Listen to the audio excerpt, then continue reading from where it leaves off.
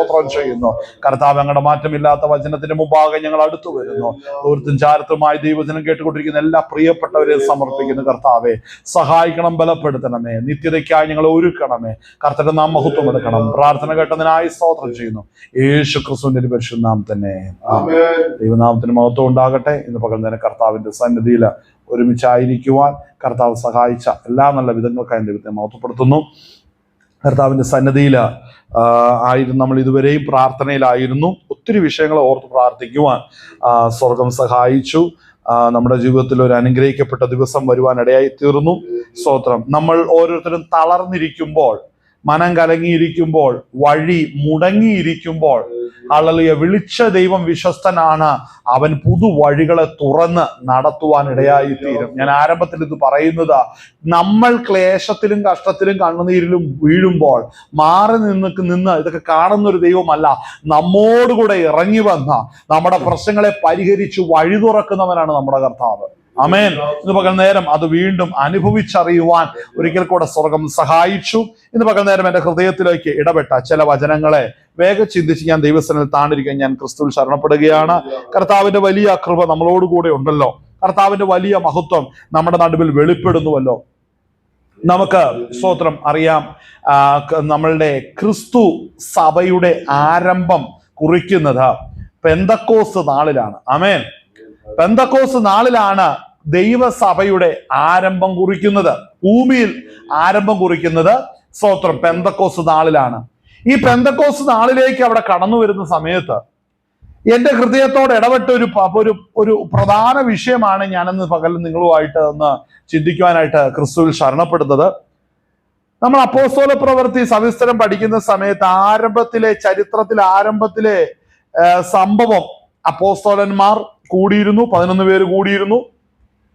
11 പേരിൽ ഒരുവൻ, 12 പേരിൽ ഒരുവനായിരുന്ന യൂദ, അവൻ തൂങ്ങി മരിക്കുവാൻ ഇടയായി. അവനെ കൊണ്ടുവന്ന് കുഴിച്ചിട്ടതിന് ശേഷം കർത്താവിന്റെ സന്നിധിയിൽ ചീട്ടിട്ട് മത്തിയാസിനെ തെരഞ്ഞെടുക്കുന്നു. മത്തിയാസിനെ തെരഞ്ഞെടുത്തതിന് ശേഷം പിന്നീട് മത്തിയാസിനെ കുറിച്ച് ചരിത്രത്തിൽ കാണാതിരിക്കുകയാണ്.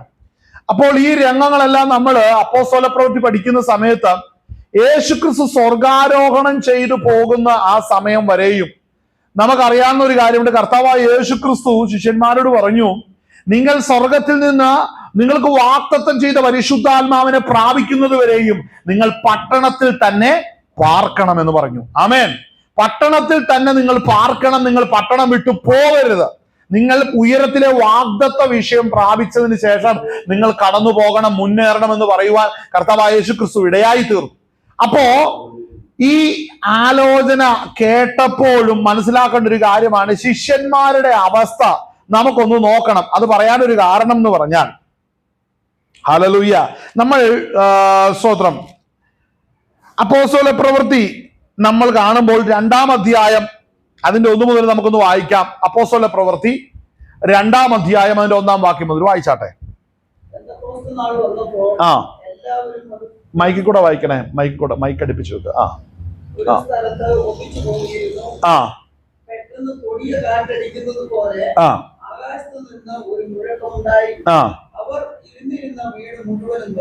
ശ്രദ്ധിക്കണേ, ഇരുന്നിരുന്ന വീട് മുഴുവനും നിറച്ചു.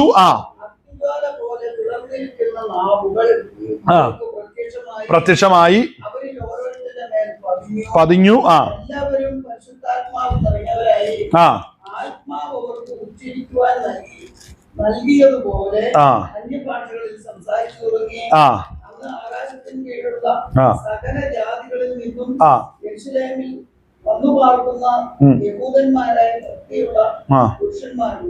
മതി. സ്തോത്രം. അപ്പോസ്തലന്മാർ കർത്താവിന്റെ വാഗ്ദത്തം കേട്ട് അവിടെ കൂടിയിരുന്ന് അവർ വാഗ്ദത്തം പ്രാപിക്കുന്ന രംഗമാണ് നമ്മൾ അവിടെ കാണുന്നത്. നമ്മൾ അവിടെ ആ പ്രവർത്തനം അവിടെ കാണുമ്പോൾ അപ്പോസ്തലന്മാരുടെ നിലവിലെ രംഗം നമുക്കൊന്ന് അറിയണം. കാരണം ദൈവം ഒരു പ്രവൃത്തി വെളിപ്പെടുത്തുന്നതിന് മുന്നോടി, അല്ലെങ്കിൽ ഒരു വിഷയത്തെ ദൈവം തൊടുന്നതിന് മുമ്പ് ആ വിഷയത്തിന്റെ പൂർവ്വസ്ഥിതി എന്താണ്, ഏത് സ്ഥിതിയിൽ ഇരിക്കുന്നതിനെയാണ് ദൈവം മാറ്റം വരുത്തുന്നത് ഏതവസ്ഥയിൽ കിടക്കുന്നതിനെയാണ് ദൈവം ജീവിപ്പിക്കുന്നത്, ഏതടഞ്ഞ വാതിലിനെയാണ് ദൈവം തുറക്കുന്നത്. ആമേൻ. ഹല്ലേലൂയ. നമ്മൾ വിചാരിക്കുന്ന പോലെ സാധ്യത ഉള്ളതിനെയല്ല, സാധ്യതയില്ലാത്തതിൽ ദൈവത്തിന്റെ വലിയ പ്രവൃത്തി വെളിപ്പെടുത്തുകയാണ് കർത്താവ് ചെയ്യുന്നത്. അത് പെന്തക്കോസ്ത് നാളിൽ നമ്മൾ കാണുമ്പോൾ അപ്പോസ്തലന്മാരുടെ പൂർവ്വകാലത്തെ അവസ്ഥയും കൂടെ നമ്മളൊന്ന് ചിന്തിക്കണം. ആമേൻ. നമുക്ക് അവിടെ ഒന്ന് ചിന്തിക്കണം. ഇവരിരുന്ന മുറിയുടെ അവസ്ഥ എന്താന്ന് നമുക്കൊന്ന് അറിയണമല്ലോ. യോഹന്നാൻ എഴുതിയ സുവിശേഷം നമ്മൾ വായിക്കുമ്പോൾ, യോഹന്നാൻ സുവിശേഷം അതിന്റെ 20-ാം അധ്യായം നമ്മൾ നോക്കാം.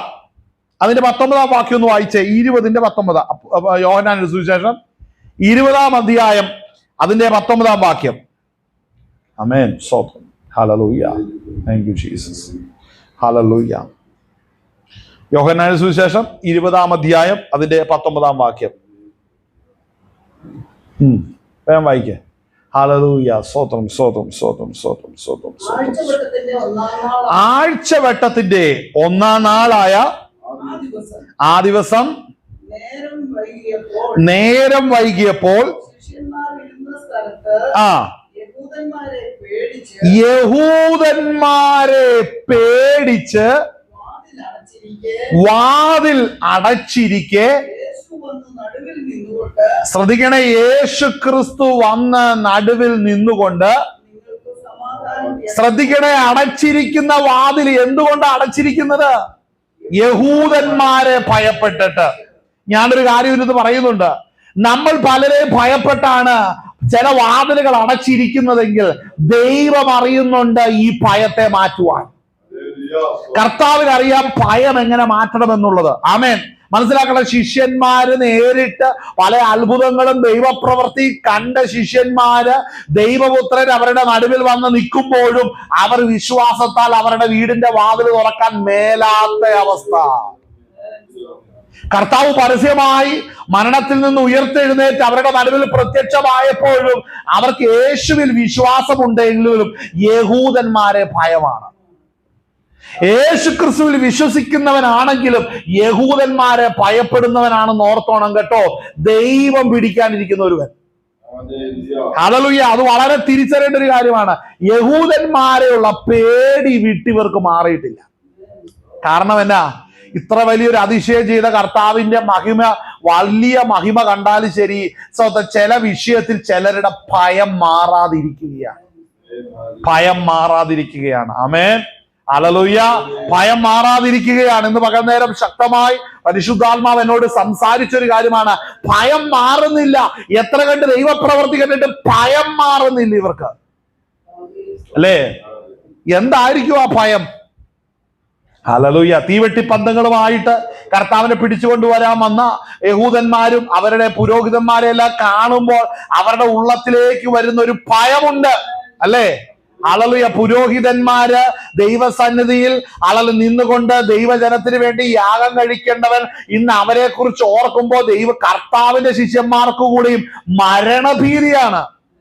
മനസ്സിലാക്കണേ. ചില വസ്ത്രങ്ങൾ അണിഞ്ഞ് ചിലതൊക്കെ മുമ്പിൽ നിന്നാലും അവരൊക്കെ ആശ്വാസം നൽകുന്നു എന്ന് അവകാശപ്പെട്ടാലും അവരെ നീ കാണുമ്പോൾ നിനക്ക് മരണഭീതിയായിരിക്കും, അല്ലേ? അതൊരു വിഷയമാണ്.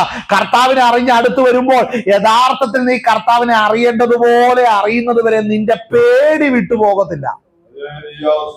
മനസ്സിലാകുന്നുണ്ടോ? പേടി. ക്രിസ്തീയ ജീവിതത്തിലും ഭയം, വിട്ടുമാറാത്ത ഭയം. ആമേൻ. പക്ഷെ ആ ഭയത്തിൽ നിന്ന് നിന്നെ കരം പിടിച്ച് നിന്നെ രക്ഷിക്കുന്ന കർത്താവ് ഇന്ന് പകൽവേളയിൽ നമ്മോടുകൂടെ ഈ മുറിയിലുണ്ട്. ആമേൻ. ഹല്ലേലൂയ. കാര്യം വിളിച്ച ദൈവം ആരാണെന്നുള്ളതാ വിഷയം. ഞാൻ പറയട്ടെ, നിങ്ങൾ ചിന്തിക്കണം. ഈ രംഗം എന്ന് പറഞ്ഞാൽ നിങ്ങൾ ചിന്തിക്കണം, ഇവര് ഭയപ്പെട്ടിരിക്കുന്നത് ആരെയാണെന്നറിയാമോ? യഹൂദന്മാരെ പേടിച്ചാണ് ഭയപ്പെട്ടിരിക്കുന്നത്. അത് മാത്രമല്ല, യഹൂദന്മാരെ മാത്രമാണോ പേടി?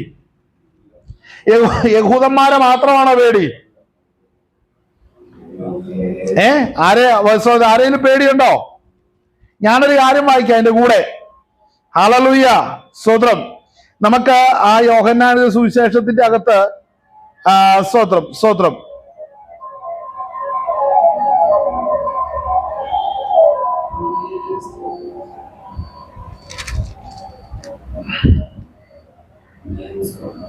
നമ്മളവിടെ വായിക്കുമ്പോ സ്തോത്രം കർത്താവ് ഒരിക്കൽ കടലിന് മീതെ നടന്നു വന്നു, അല്ലേ? ഹല്ലേലൂയ. കടലിന് മീതെ നടന്നു വന്നു. ഉടനെ ശിഷ്യന്മാര് എന്നാ പറഞ്ഞു? ശിഷ്യന്മാർക്ക് അപ്പൊ എന്നാ പേടിയും കൂടെ ഉണ്ട്. അതിവിടെ ആരെഴുതിയിട്ടില്ല, യോഹന്നാൻ എഴുതിയിട്ടില്ല. ആർക്ക് പേടി? അപ്പൊ മനസ്സിലാക്കണം, യഹൂദന്മാരെ മാത്രമല്ല ഭൂതത്തെയും പേടിയാ. അങ്ങനെ ഇരിക്കുമ്പോൾ കർത്താവ് ഉയർത്തെഴുന്നേറ്റപ്പോഴും അവരുടെ കൂടെ ഇരുന്ന് തിന്നു കുടിച്ച് ഒരുത്തൻ സൂയിസൈഡ് ചെയ്തു. കർത്താവ് ഇങ്ങനെ വന്നെങ്കിൽ യൂദ ഏത് കോലത്തിൽ വരും? ആമേൻ. ഇവര് രാത്രി തന്നെ എങ്ങോട്ട് ഓടിപ്പോയി? കല്ലറയ്ക്ക് ഓടിപ്പോയി, അല്ലേ? കല്ലറയ്ക്ക് ഓടിപ്പോയപ്പോഴത്തേന് ശിഷ്യന്മാരിത് കണ്ട് സ്തോത്രം വിശ്വസിച്ചില്ല. അപ്പോഴും മനസ്സിലാക്കണം, കർത്താവിൽ അകമഴിഞ്ഞ് വിശ്വസിച്ച ഒരു വ്യക്തിയാണ് മഗ്ദലക്കാരി മറിയെങ്കിൽ സമൂഹം പലതും വെച്ച് അവളെ മാറ്റി നിർത്തുമ്പോൾ മനസ്സിലാക്കണം, ക്രിസ്തുവിന്റെ സ്നേഹം അനുഭവിച്ചവൾക്ക് കല്ലറയിലെ ഭൂതത്തെ ഒന്നും പേടിയില്ല. മനസ്സിലാകുന്നുണ്ടോ? ഈ കല്ലറയിൽ നിന്ന് വരുന്ന ശക്തികളെയും അവിടുത്തെ ചില അറിവുകളും വിശ്വാസങ്ങളും അതിൽ മനസ്സുറച്ചിരിക്കുന്ന വ്യക്തിയാണെങ്കിൽ ആ വ്യക്തി ഇരുട്ട് വീണ പിന്നെ പുറത്തിറങ്ങത്തില്ല, അല്ലേ? സ്തോത്രം. അങ്ങനെ ചിലരുണ്ട്, ഇരുട്ട് കണ്ടാ പേടി, തന്നെ ഒരു വഴിക്ക് പോകത്തില്ല, ഒന്നും ചെയ്യത്തില്ല. എന്താ കാരണം? പിശാചിനെ പേടിയാണ്. ഹല്ലേലൂയ. പിശാച് എങ്ങനെ ഇരിക്കുമെന്ന് ചോദിച്ചാൽ, നമ്മുടെ കേരളക്കരയിൽ ഇരുന്ന് പിശാചിനെ കുറിച്ച് ചോദിച്ചാൽ പറയും, സഹോദരൻ, അത് വലിയ ഒരു വെള്ള സാരി ഉടുത്ത്, അല്ലെ, സെമിത്തേരിയുടെ സൈഡിൽ കൂടെ പാട്ടും പാടി നടന്നു പോകുന്ന പിശാചിനെയാണ് പലർക്കും പരിചയം, അല്ലേ? ഹല്ലേലൂയ. എന്നാൽ ശരിയായ പിശാച് എവിടെ ഇരിക്കുന്നതെന്നറിയാവോ? ഹല്ലേലൂയ. മനസ്സിലാക്കണം, യഹൂദന്മാരെ പേടിച്ച് വചനം പ്രാപിച്ചിട്ടും ഭയം വിട്ടുമാറാത്ത ശിഷ്യഗണം. ആമേൻ. ഹല്ലേലൂയ. സ്തോത്രം. ശ്രദ്ധിക്കണേ, നമ്മൾ എവിടെ ചിന്തിക്കുമ്പോ അവര് വാതിൽ അടച്ചിരുന്നപ്പോൾ, അല്ലേ? അങ്ങനെയല്ലേ? ഭാഗം നമുക്ക് മടങ്ങി വരാം. എടുത്ത് യോഹന്നാന്റെ സുവിശേഷം 20-ാം അധ്യായത്തിൽ നമ്മൾ എടുത്തത്. അവിടെ കർത്താവ് പറഞ്ഞു, നേരം വൈകിയപ്പോൾ ശിഷ്യന്മാരിരുന്ന സ്ഥലത്ത് യഹൂദന്മാരെ പേടിച്ച് വാതിൽ അടച്ചിരിക്കെ, അല്ലേ? അവിടെ എന്ത് ചെയ്തു? കർത്താവ് ഇറങ്ങി വന്നു. ആ ആ ആ ആ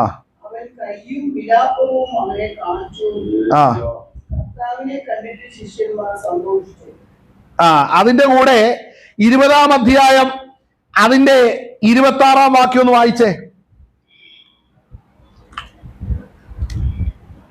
26-ാം വാക്യം. 8 ദിവസം കഴിഞ്ഞിട്ട് ശിഷ്യന്മാർ പിന്നെയും അകത്ത് കൂടിയിരിക്കുമ്പോൾ തോമാസും ഉണ്ടായിരുന്നു. എങ്ങനെ? ആ വാതില് തുറന്നിടാൻ പേടിയാ. ആ വാതിൽ തുറന്നിടാൻ പേടിയാണ്. ഹല്ലേലൂയ. സ്തോത്രം. ആ വാതില് തുറന്നിടാൻ പേടിയാ. ഇവര് ശ്രദ്ധിക്കണേ, ഈ അടഞ്ഞു കിടക്കുന്ന വാതിലിന്റെ അകത്ത് നടക്കുന്ന കാര്യങ്ങൾ കർത്താവ് വാതിൽ തുറക്കാതെ അതിന്റെ അകത്ത് ഇറങ്ങി വന്ന് അവരെ കാണുക. ആമേ. ശിഷ്യന്മാരെ നേരിട്ട് കാണുക. എന്നിട്ട് ആ വാതിൽ തുറന്നില്ല. പിന്നീട് തോമസ് ഒരു കാര്യം കേട്ടു. നമ്മൾ ആ വായിച്ച വാക്യത്തിൽ നമ്മൾ കാണുമ്പോൾ സ്തോത്രം അവിടെ കാണുന്ന എന്താ? 8 ദിവസം കഴിഞ്ഞിട്ട്. അപ്പൊ 8 ദിവസത്തിന് മുമ്പ് എന്താ അത് സംഭവിച്ചത്? എന്നാൽ 24-ാം വാക്യം. എന്നാൽ യേശു വന്നപ്പോൾ 12 ഒരുവനായ ദിദിമോസ് തോമസ് അവനോടുകൂടെ ഉണ്ടായിരുന്നില്ല. ശ്രദ്ധിക്കണേ, കർത്താവ് ഈ അടഞ്ഞു കിടക്കുന്ന മുറിക്കകത്ത് ഇരിക്കുന്ന ശിഷ്യഗണങ്ങളെ പല വിധത്തിൽ സന്ദർശിച്ചിട്ടും അവരുടെ പേടി മാറുന്നില്ല. ശ്രദ്ധിക്കണേ, അവരുടെ പേടി മാറുന്നില്ല. അപ്പോൾ കർത്താവ് രണ്ടാമത് സന്ദർശിച്ചു. സന്ദർശന സമയത്ത് ആരില്ല അവിടെ? തോമസിൽ. നമ്മുടെ പ്രസംഗത്തിന്റെ വിഷയം എന്താ പറയുക? അടഞ്ഞു കിടക്കുന്ന വാതില വിഷയം. ഞാൻ പറയാം, നമ്മുടെ എല്ലാ ജീവിതത്തിൽ നമ്മൾ പല ദൈവപ്രവർത്തികൾ കണ്ടിട്ടുണ്ടെങ്കിലും ഇന്ന് പകൽവേളയിലും അടഞ്ഞു കിടക്കുന്ന വിശ്വാസത്തിന്റെ നിന്റെ ജീവിതത്തിന്റെ ചില വാതിലുകളില്ലേ ഇന്നും അടഞ്ഞു കിടക്കുകയാണ്. എത്ര മഹത്വം കണ്ടാലും നിന്റെ തുറക്കാത്ത ചില വാതിലുകള്. എത്ര ദൈവപ്രവൃത്തി വെയിറ്റ് ചെയ്താലും തുറക്കാത്ത ചില വാതിലുകൾ. ഇത് എങ്ങനെ തുറക്കും ഈ വാതില്? എങ്ങനെ തുറക്കും ഈ വാതില്? ശ്രദ്ധിക്കണേ, നിസാര കാര്യമല്ല. രണ്ടാമത് അവിടെ കർത്താവിന്റെ സാന്നിധ്യം ഇവിടെ വെളിപ്പെട്ടപ്പോൾ അവിടെ എന്നാൽ യേശു വന്നപ്പോൾ 24-ാം വാക്യം, എന്നാൽ യേശു വായിച്ചേ.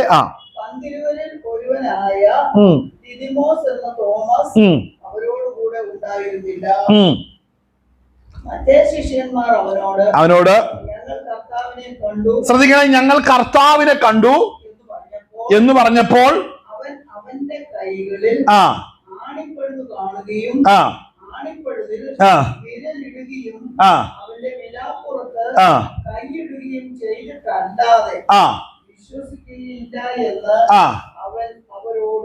ശ്രദ്ധിക്കണേ, ഇതൊക്കെ പത്രോസ് പറയുമ്പോഴും ഇതൊക്കെ ഞാൻ കണ്ട് തൊട്ട് എനിക്ക് അനുഭവിച്ചിട്ട് ഞാൻ വിശ്വസിക്കുള്ളൂ എന്നൊക്കെ പറഞ്ഞാലും നാട്ടുകാർക്ക് ഗുണമില്ല, അല്ലേ?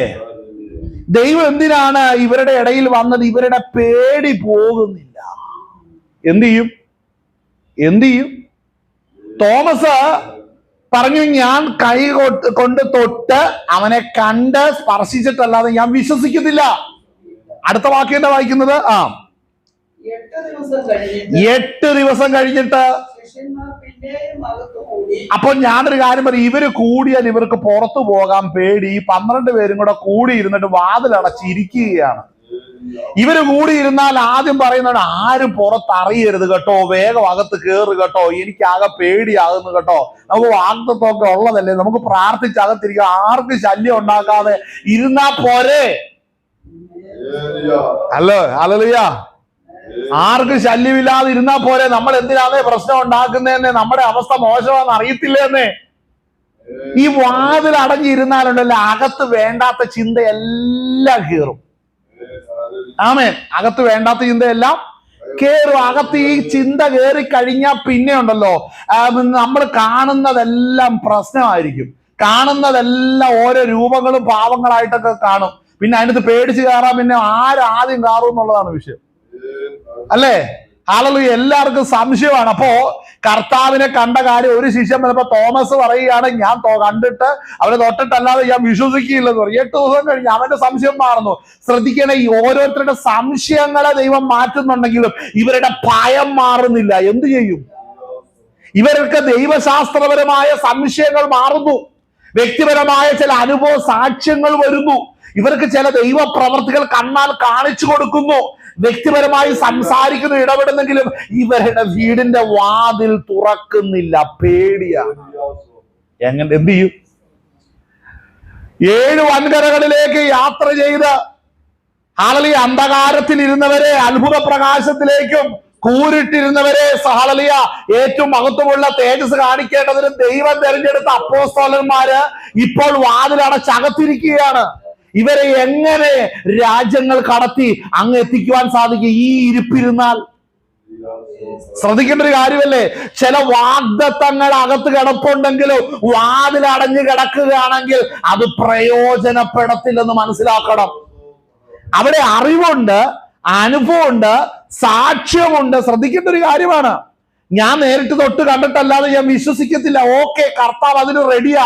അതായത് പേഴ്സണൽ ആയിട്ടുള്ള പല ഹല്ലേലൂയ കർത്താവിന്റെ ഇടപെടലുകൾ ഇവർ അനുഭവിച്ചിട്ടുണ്ടെങ്കിലും ഇവരെ കുറിച്ചുള്ള ദൈവത്തിന്റെ മഹത്വമുള്ള പദ്ധതിക്ക് ഇവരിപ്പോഴും ഒരുങ്ങിയിട്ടില്ല. കാരണം ഇവർക്ക് ഭയമാണ്, അല്ലേ? ഇവർക്ക് ഭയമാണ്. വാഗ്ദത്തം കിടപ്പുണ്ട്, ഇവരെ 7 വൻകരകളിലേക്ക് എത്തിക്കണം, അല്ലേ? പക്ഷെ ഇവരിൽ ആ ഭയം നിന്നാൽ എങ്ങനെ ഇത് മാറ്റും? വായിച്ചേ. 8 അകത്ത് കൂടിയിരിക്കുമ്പോ തോമസും ഉണ്ടായിരുന്നു. വാതിൽ അടച്ചിരിക്കെ യേശു വന്ന് നടുവിൽ നിന്നുകൊണ്ട്, ശ്രദ്ധിക്കണേ, ഈ അടഞ്ഞു കിടക്കുന്ന വാതില് അടഞ്ഞു കിടക്കുമ്പോ തന്നെ കർത്താവ് അതിന്റെ നടുവിൽ വന്നു. കർത്താവിന്റെ രൂപാന്തര ശരീരത്തിന്റെ പ്രത്യേകത മനസ്സിലാക്കണം. നാം പ്രാപിക്കാതിരിക്കുന്ന രൂപാന്തര ശരീരത്തിനും ഇതേ പ്രത്യേകതയുണ്ട്. ലോകത്തിൽ കാണുന്ന തടസ്സങ്ങളൊന്നും രൂപാന്തര ശരീരത്തിന് തടസ്സമല്ല. അതാണ് അതിനകത്ത് ഏറ്റവും പ്രധാനപ്പെട്ട കാര്യം. നമ്മൾ അദ്രുവത്വമുള്ള തേജസ്സുള്ള ശരീരം പ്രാപിച്ച് ചെല്ലുമ്പോൾ ഈ പറയുന്ന തടസ്സങ്ങളൊന്നും നമുക്ക് തടസ്സമായിട്ട് നിൽക്കത്തില്ല. അപ്പോൾ തന്നെ രൂപാന്തര ശരീരത്തെ ക്രിസ്തുവിന്റെ ശരീരത്തിലെ ആണിപ്പഴുതിനെ തൊട്ടിട്ടല്ലാതെ ഞാൻ വിശ്വസിക്കില്ലെന്ന് പറഞ്ഞ തോമസ് തന്റെ കൈ നീട്ടി ആ മുറിവേറ്റ കരത്തിൽ തൊട്ടപ്പോൾ മുറിപ്പാടുള്ള അതേ തേജസ് പ്രാപിച്ച കരം, അതേ രൂപാന്തരം പ്രാപിച്ച കരം. അപ്പോൾ മനസ്സിലാക്കണം, കർത്താവ് നമുക്ക് തരുവാനിരിക്കുന്ന രൂപാന്തര ശരീരവും ഇതുപോലെ തന്നെയാണ്. മനസ്സിലാക്കണം, ഭൂമിയിലായിരിക്കുമ്പോൾ മനുഷ്യ രൂപത്തിലിരിക്കുന്ന ദൈവപുത്രനെ തേജസ് പ്രാപിച്ചവനും രൂപാന്തരം പ്രാപിച്ചവനും മരണത്തിൽ നിന്ന് ഉയർത്തെഴുന്നേറ്റവനുമാകുന്ന ക്രിസ്തുവിനെ അലലിയാസത മർത്യ മനുഷ്യൻ ശിഷ്യന്മാർ തന്നെ തൊട്ടും അറിഞ്ഞും അനുഭവിച്ചുമായിട്ട് അറിയുവാൻ ഇടയായി തീരുമ്പോൾ ഈ കർത്താവ് 40-ാം ദിവസം സ്വർഗാരോഹണം ചെയ്തു പോയി പിതാവിന്റെ വലതുഭാഗത്തിരിക്കുന്നത് യോഹന്നാൻ അപ്പോസ്തലൻ വെളിപ്പാടിൽ കാണുമ്പോൾ, പത്മോസ് ദ്വീപിൽ ഇരിക്കുമ്പോൾ അവൻ കാണുന്ന കർത്താവ് എന്ന് പറഞ്ഞ തേജോമയനാകുന്ന കർത്താവ്, അഗ്നിജ്വാലയ്ക്കത്തുള്ള കണ്ണുള്ളവൻ, വെള്ളോട്ട് സദൃശ്യമുള്ള പാദമുള്ളവൻ, അളൽ ഊഹാസ്തംഗം ധരിച്ചവനാകുന്ന കർത്താവിന് നമ്മളോട് കാണുവാനിടയായി തീരും. അപ്പോൾ ഇതെങ്ങനെ സംഭവിക്കും? മനസ്സിലാക്കണം, അളലിയ ദൈവരൂപത്തിലിരിക്കുന്ന ദൈവപുത്രരെ ആത്മാവിൽ അളലിയെ കാണിച്ചു കൊടുക്കുമ്പോൾ, ദൂതൻ കാണിച്ചു കൊടുക്കുമ്പോൾ, അളലിയ സ്വത്ര പുത്രനാകുന്ന യേശു ക്രിസ്തു ദൈവരൂപത്തിലാണ് സ്വർഗത്തിലിരിക്കുന്ന. എന്നാൽ ദൈവപുത്രനെ ലോകത്തിലേക്ക് വരുമ്പോൾ അവൻ മനുഷ്യ രൂപത്തിൽ ഭൂമിയിലും ഇരിക്കുകയാണ്. Hallelujah, hallelujah. അപ്പോൾ മനസ്സിലാക്കണം, ഇവർ ഇതൊക്കെ കണ്ടാലും ശരി ഇവരുടെ ഭയം പോകുന്നില്ല. എന്ത് ചെയ്യും? ഞാൻ ചോദിക്കട്ടെ, അത്രയൊക്കെ നടന്ന് കഴിയുമ്പോ കർത്താവ് ഒരിക്കലെങ്കിലും പറയോ, അതേ കാര്യമൊക്കെ ശരിയാ, ഞാൻ ഇവിടെ വന്നു, നിങ്ങൾ ഇനിയെങ്കിലും ഈ വാതിൽ തുറന്നിടണമെന്ന് കർത്താവ് പറഞ്ഞോ? എന്തുകൊണ്ട് പറഞ്ഞില്ല? ഞാനൊരു കാര്യം പറയാം, കർത്താവിന് നമുക്ക് പേടിയുള്ളത് വീണ്ടും നമ്മളെ പേടിപ്പിക്കാനല്ല കർത്താവ് വരുന്നത്. നമുക്ക് ഭാരമായിരിക്കുന്ന വിഷയം വീണ്ടും ഭാരമാകാനല്ല കർത്താവ് വരുന്നത്. ഇവിടെ പുറത്തിറങ്ങിപ്പോ സ്വന്തം. ഹല്ലേലൂയ. മനസ്സിലാക്കണം, നമുക്ക് ഭാരമായിരിക്കുന്ന വിഷയങ്ങൾ വീണ്ടും ഭാരം വരുത്തുവാനോ പ്രയാസം വരുത്തുവാനോ പ്രതിസന്ധി വരുത്തുവാനോ കർത്താവ് ആഗ്രഹിക്കുന്നില്ല. കാരണം അതുകൊണ്ടാണ് കർത്താവ് ഇങ്ങനെയുള്ളൊരു പദ്ധതി ചെയ്തു തീർക്കുന്നത്. കാര്യം, അടഞ്ഞു കിടക്കുന്ന വാതില് ഒരിക്കലും കർത്താവ് തുറക്കുവാൻ അവിടെ പറയുന്നില്ല. അവരുടെ ഭയത്തെ മാനിക്കുന്ന ദൈവത്തെയാണ് അവിടെ കാണുന്നത്, അല്ലേ? കാര്യം, അവരുടെ ഭയത്തെ മാറ്റാൻ അവര് കണ്ടതല്ല. കാര്യം, ഇപ്പൊ യഹൂദന്മാരെ അല്ലെങ്കിൽ ശിഷ്യന്മാരെ സംബന്ധിച്ച് അവരുടെ പേടി മാറാൻ യഹൂദന്മാരെല്ലാം ഒന്ന് ഇല്ലാതായ അവരുടെ പേടി മാറിക്കോളും, അല്ലേ? യഹൂദന്മാരെല്ലാം ഒന്ന് ഇല്ലാതായിട്ടുണ്ടെങ്കിൽ അവരുടെ പേടി മാറിക്കോളും. പക്ഷെ അങ്ങനെ അവരില്ലാതായിട്ട് പേടി മാറുന്നതാണോ ദൈവത്തിന്റെ പദ്ധതി? ആണോ? അല്ല. പിന്നെ എന്താണ്? അവരുടെ പേടി അവരുടെ ഹൃദയത്തിൽ, ഭയം അവരുടെ ഹൃദയത്തെ വശീകരിച്ചിട്ടിരിക്കുകയാണ്.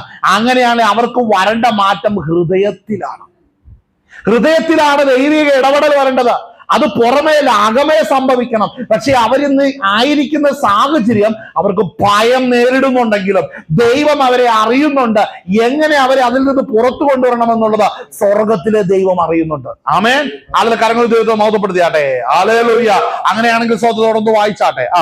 പിന്നെ തോമസിനോട്, നിന്റെ വിരൽ ഇങ്ങോട്ട് നീട്ടി എന്റെ കൈകളെ കാണുക, നിന്റെ കൈ നീട്ടി എന്റെ വിലാപ്പുറത്ത് ഇടുക. ശ്രദ്ധിക്കണേ, കർത്താവിനെ മറ്റ് ശിഷ്യന്മാര് കണ്ടപ്പോൾ തോമസ് അവിടെ ഇല്ല. അപ്പോൾ ആ ശിഷ്യന്മാര് കർത്താവിനെ കണ്ട് തിരിച്ചു വന്ന് ഈ ശിഷ്യന്മാരോട് തോമസ് പറഞ്ഞ കാര്യം അവിടെ സംഭവിക്കുമ്പോൾ കർത്താവ് അവിടെ ഇല്ലല്ലോ. ഉണ്ടോ? കർത്താവ് അവിടെ ഇല്ലാതിരിക്കുമ്പോൾ ശിഷ്യന്മാർ തമ്മിൽ സംസാരിച്ചത് ആര് കേട്ടു? കർത്താവ് കേട്ടു. ഒരു കാര്യം പറയാം, കർത്താവ് ഇന്ന് നമ്മുടെ നടുവിലും ഉണ്ട്. നമ്മൾ പറയുന്നത് കർത്താവ് കേട്ടോണ്ടായിരിക്കുന്നത്. ഇതിന് മറുപടി തരുന്നത് ഇന്നല്ല, 8 നാള് കഴിയുമ്പോൾ മറുപടി തുടങ്ങും. മനസ്സിലാവുന്നുണ്ടോ? നമ്മൾ ചില ചോദ്യങ്ങൾ, ചില സംശയങ്ങളൊക്കെ ചോദിക്കുകയും പറയുകയും ഒക്കെ ചെയ്യുമ്പോൾ ഇതിനോട് ദൈവത്തിന്റെ പ്രതികരണം വരും. ഉടനെ അല്ല. നമ്മൾ ചിന്തിക്കുന്നത് എന്നാണെന്നറിയോ? ഇന്ന് പറഞ്ഞാൽ ഇന്ന് അടുത്ത ഒരു മണിക്കൂറിനുള്ളിൽ ഞാൻ പറഞ്ഞതിന് മറുപടി ഇല്ല.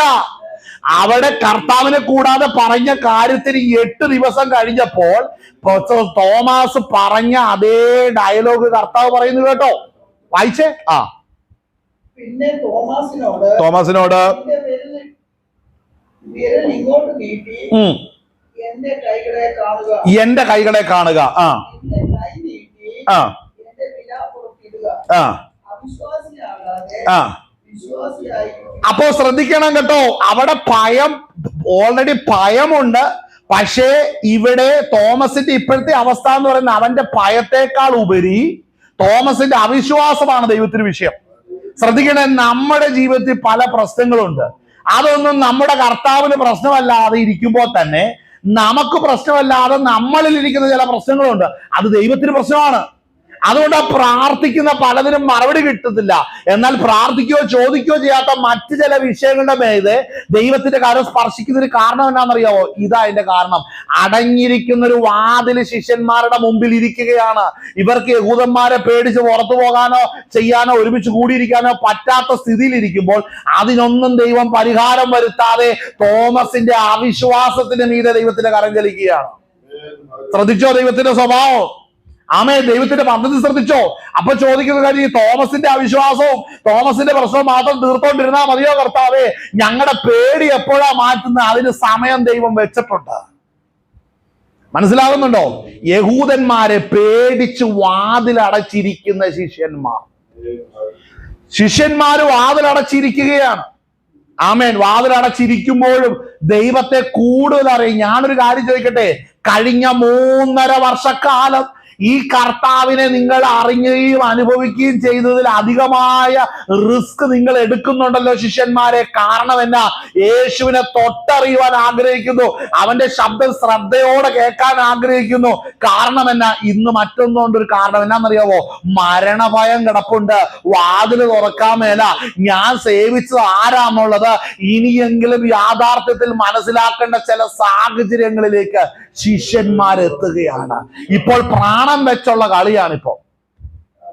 മനസ്സിലായോ? പ്രാണൻ വെച്ച കളിയാണ് ഇപ്പൊ നടക്കുന്നത്.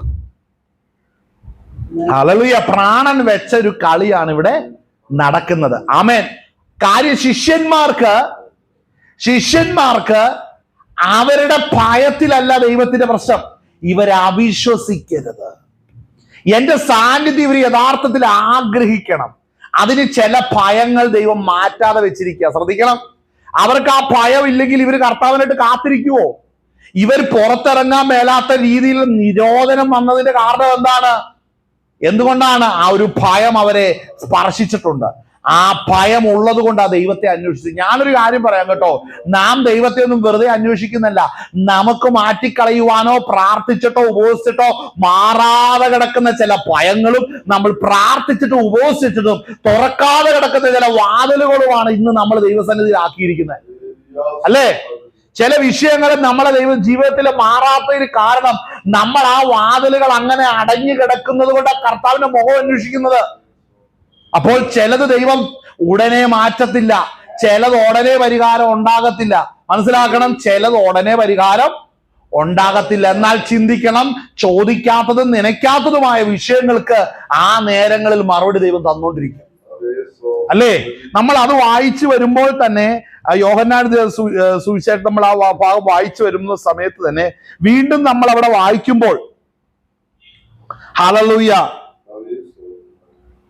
നമ്മൾ അതിന്റെ 15-ാം വാക്യം ഒന്ന് വായിച്ചേ.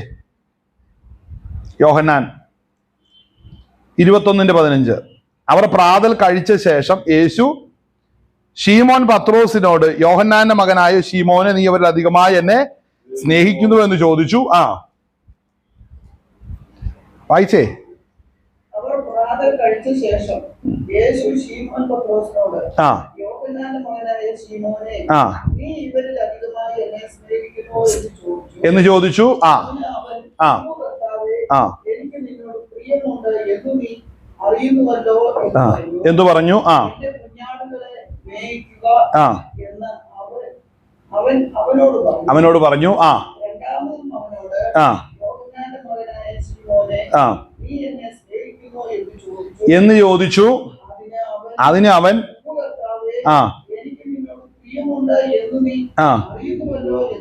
അറിയുന്നുവല്ലോ എന്ന് പറഞ്ഞു. മൂന്നാമതും അവനോട്, യോഹന്നാന്റെ മകനായ ശീമോനെ, നിനക്ക് എന്നോട് പ്രിയമുണ്ടോ എന്ന് ചോദിച്ചു.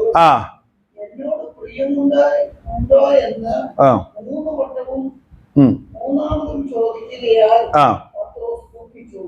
കർത്താവേ, നീ സകലവും സകലവും അറിയുന്നു, ആ എനിക്ക് നിന്നോട് പ്രിയമുണ്ട് ആ എന്നും ആ നീ അറിയുന്നു എന്ന് ആ അവനോട് പറഞ്ഞു. ആ യേശു അവനോട്, ആ എന്റെ ആടുകളെ മേയ്ക്കുക. മേയ്ക്കുക. ആ ആമേൻ ആമേൻ ഞാൻ നിന്നോട് പറയുന്നു, ആ നീ യൗവനക്കാരൻ ആയിരുന്നപ്പോൾ ആ നീ തന്നെ അരകെട്ടി ഇഷ്ടമുള്ളിടത്ത് നടന്നു. വയസ്സനായ ശേഷമോ നീ കൈ നീട്ടുകയും മറ്റൊരുത്തൻ നിന്റെ അരകെട്ടി നിനക്ക് ഇഷ്ടമില്ലാത്ത ഇടത്തേക്ക് നിന്നെ കൊണ്ടുപോവുകയും ചെയ്യും എന്ന് പറഞ്ഞു. അതിനാൽ അവൻ ഇന്നവിധം മരണം കൊണ്ട് ദൈവത്തെ മഹത്വപ്പെടുത്തുന്നു എന്ന് അവൻ സൂചിപ്പിച്ചു. ഇത് പറഞ്ഞിട്ട് എന്നെ അനുഗമിക്കുക എന്ന് അവനോട് പറഞ്ഞു. സ്തോത്രം. നമുക്കതിന്റെ അപ്പോസ്തല പ്രവൃത്തി 1-ന്റെ സ്തോത്രം 10 മുതൽ ഒന്ന് വായിച്ചേ, അല്ലെങ്കിൽ 9 മുതൽ വായിക്ക.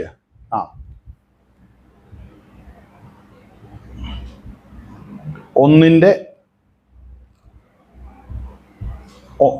9. ഇത് പറഞ്ഞ ശേഷം അവർ കാണുകെ അവൻ ആരോഹണം ചെയ്തു. ഒരു മേഘം അവനെ മൂടിയിട്ട് അവൻ അവരുടെ കാഴ്ചയ്ക്ക് മറയും. അവൻ പോകുന്നേരം അവർ ആകാശത്തിലേക്ക് ഉറ്റുനോക്കുമ്പോൾ വെള്ളവസ്ത്രം ധരിച്ച 2 പുരുഷന്മാർ അവരുടെ അടുക്കൽ നിന്നു, ഗലീല പുരുഷന്മാരെ, നിങ്ങൾ ആകാശത്തേക്ക് നോക്കി നിൽക്കുന്നത് എന്ത്? നിങ്ങളെ വിട്ട് സ്വർഗ്ഗാരോഹണം ചെയ്ത ഈ യേശുവിനെ സ്വർഗത്തിലേക്ക് പോകുന്നവനായി നിങ്ങൾ കണ്ടതുപോലെ തന്നെ അവൻ വീണ്ടും വരും. അവർ യെരൂശലേമിന് സമീപത്ത് ഒരു ശബത്ത് ദിവസത്തെ വഴിദൂരമുള്ള ഒരു മല വിട്ട് യെരൂശലേമിലേക്ക് മടങ്ങിപ്പോയി. ശ്രദ്ധിക്കണം, അവർ യെരൂശലേമിന് സമീപത്ത് ഒരു ശബത്ത് ദിവസത്തെ വഴിദൂരമുള്ള ഒരു മല വിട്ട് യെരൂശലേമിലേക്ക് മടങ്ങിപ്പോന്നു. 13-ാം വാക്യം. അവിടെ എത്തിയപ്പോൾ